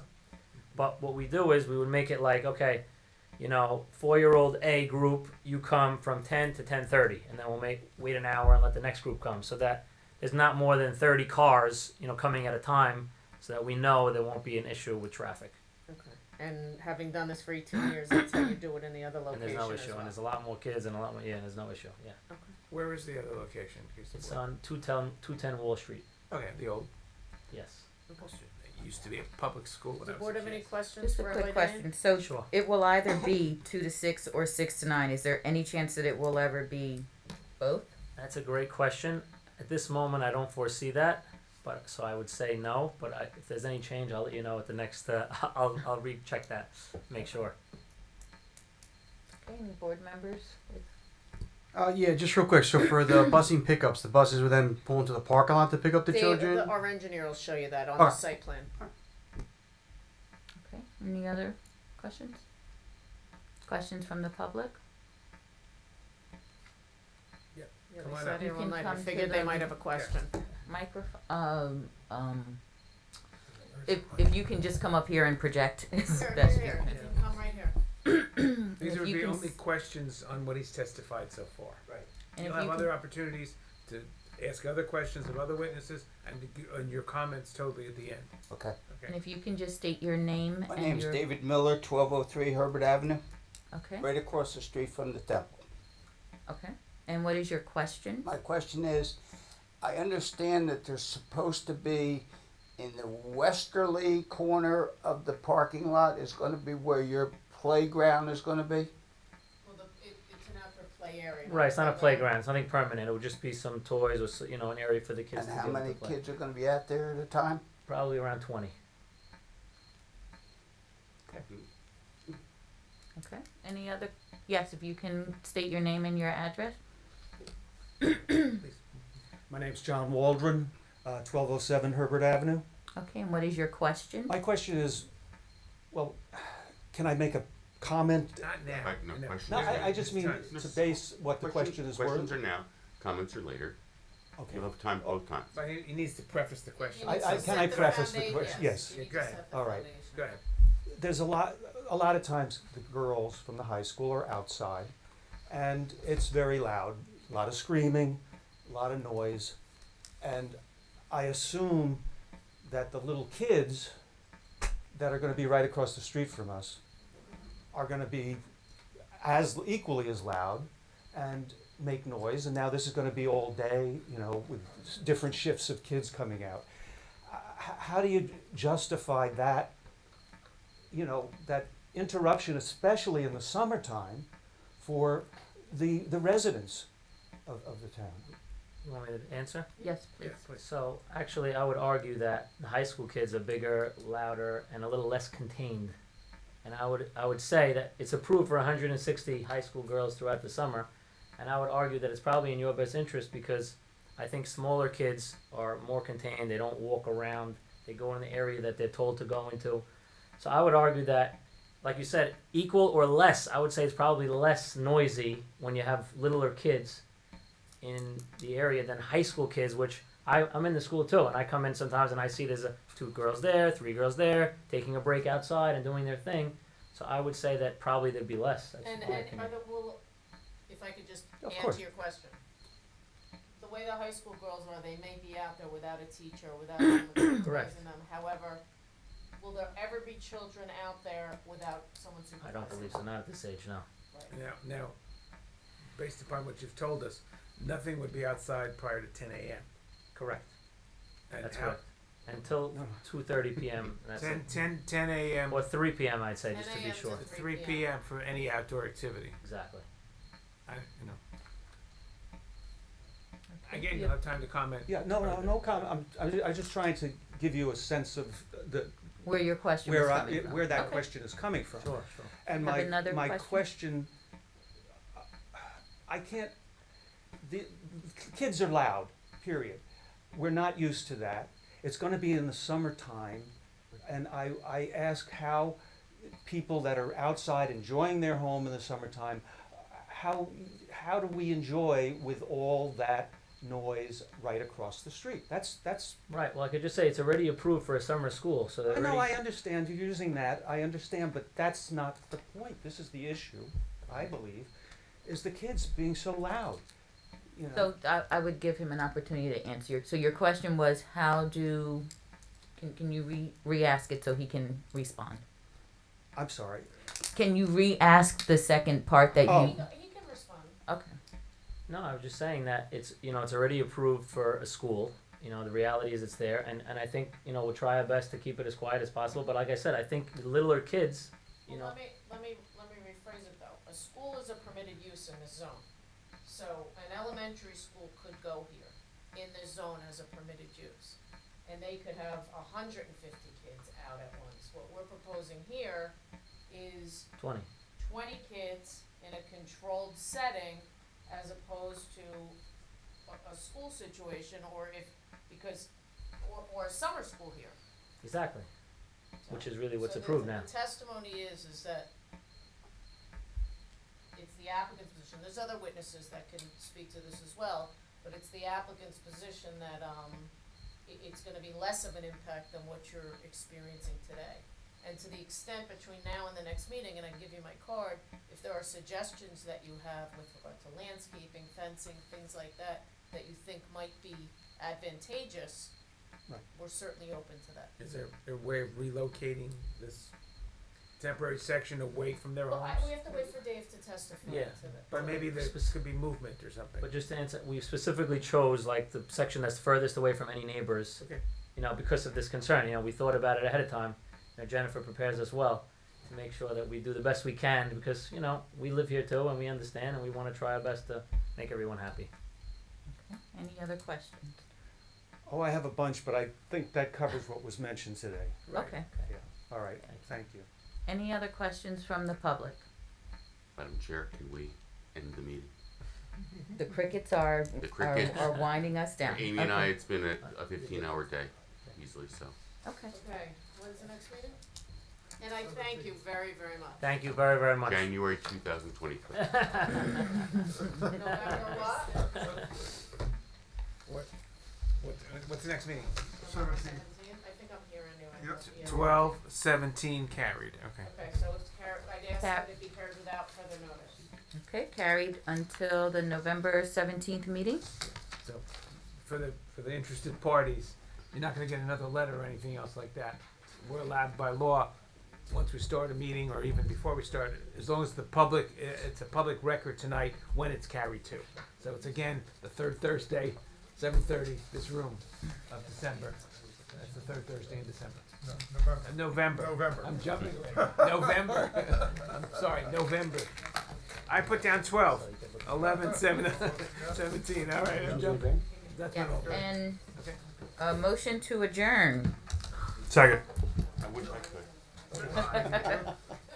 Nice meeting you. All in favor? Aye. Aye. Unplug me so I I don't trip unplugged you. it. Thank you very Aye. much. Thank you, really, thank you. Thank you. That was good. Thank you guys. Thank you for staying. Appreciate it. And Amy Book.